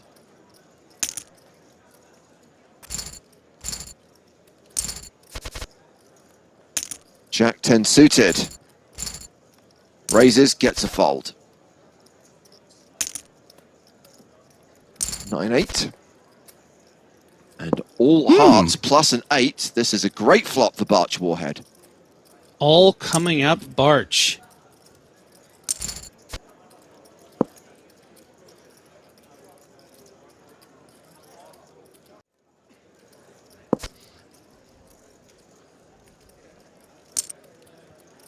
And induces the bluff. Very, very wisely. Checks back the flop. Doesn't get greedy on the turn. Finds a bluff from the jack high. Really nice work from Barch, who's, I think, calmed down a bit from the after the king 4 hand. King 5. Yes. King 4. Barch of the Penguins, because things are going south for Naked. Yeah, and made that comeback. Turned things around once. Can they do it again? Raises with queen 10, gets 3-bet by king 3. We go to the flop, and it is a pair of threes for Barch Warhead. Leads for just shy of 20 million. Naked with 2 overs calls, 7 on the turn. Barch Warhead, 86% favorite in this hand.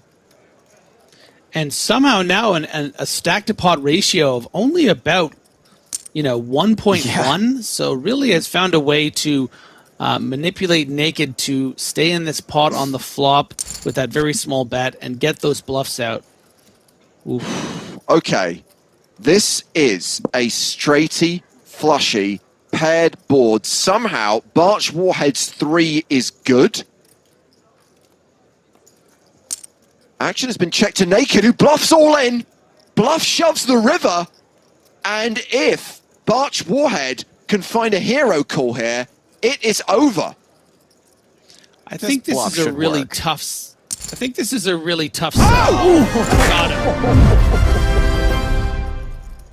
The final KO of this final table and the win for Barch Warhead, who closes out this PKO, takes out Naked, and wins the Sunday Million Special Edition, cashing for a total of $110,875. Just shy of 93 grand for Naked from Ukraine, who is the runner-up, but it's Barch Warhead from Russia, who is our latest WCOOP champion. Naked did make the comeback once, Griffin, and at that point, you said it looked like Barch Warhead was falling apart, was going to pieces, was making bad decisions. got back into the game, seemed to be more level-headed, and made an amazing call there to close this out. Yeah, you know, it was one of those things. It seemed like maybe he was slipping away from what he needed to do, but that's the great thing about misplaying a hand sometimes and getting lucky, is sometimes it snaps you back into focus. And I think that's what we saw there with Barch Warhead, who really locked things down and really played to their strengths and sort of the weaknesses of Naked, which is a lot of over bluffing and taking a lot of spots. Joe, I'm aware that we are guilty of false advertising. We did say that we were going to be serving up some squid. We promised a Griff Graph reunion. 3-hour final table. We expected this to go longer than that. So sadly, Sam Grafton not making an appearance tonight. Maybe he'll be with us tomorrow. Maybe he'll make an appearance on tomorrow night's stream. Look, it's like anything else, you know, sometimes Sam's out of the tournament before he can actually show up, and he was out of our broadcast before he could actually show up. So, yeah, the double whammy. Griffin, thank you very much for your 3 hours of analysis, following this through from start to finish. Tomorrow we have the final 2 tables of a PKO to follow. It is the 2K Super Tuesday Special Edition. It'll be playing down from 16 to a winner, and we'll be streaming it at the usual time tomorrow, Wednesday, September 8th. Make sure you join us then. Thank you for watching this evening. For now, from Griffin Benja, Joe Stapleton, and me, James Hartigan, it's good night from the PokerStars Arena.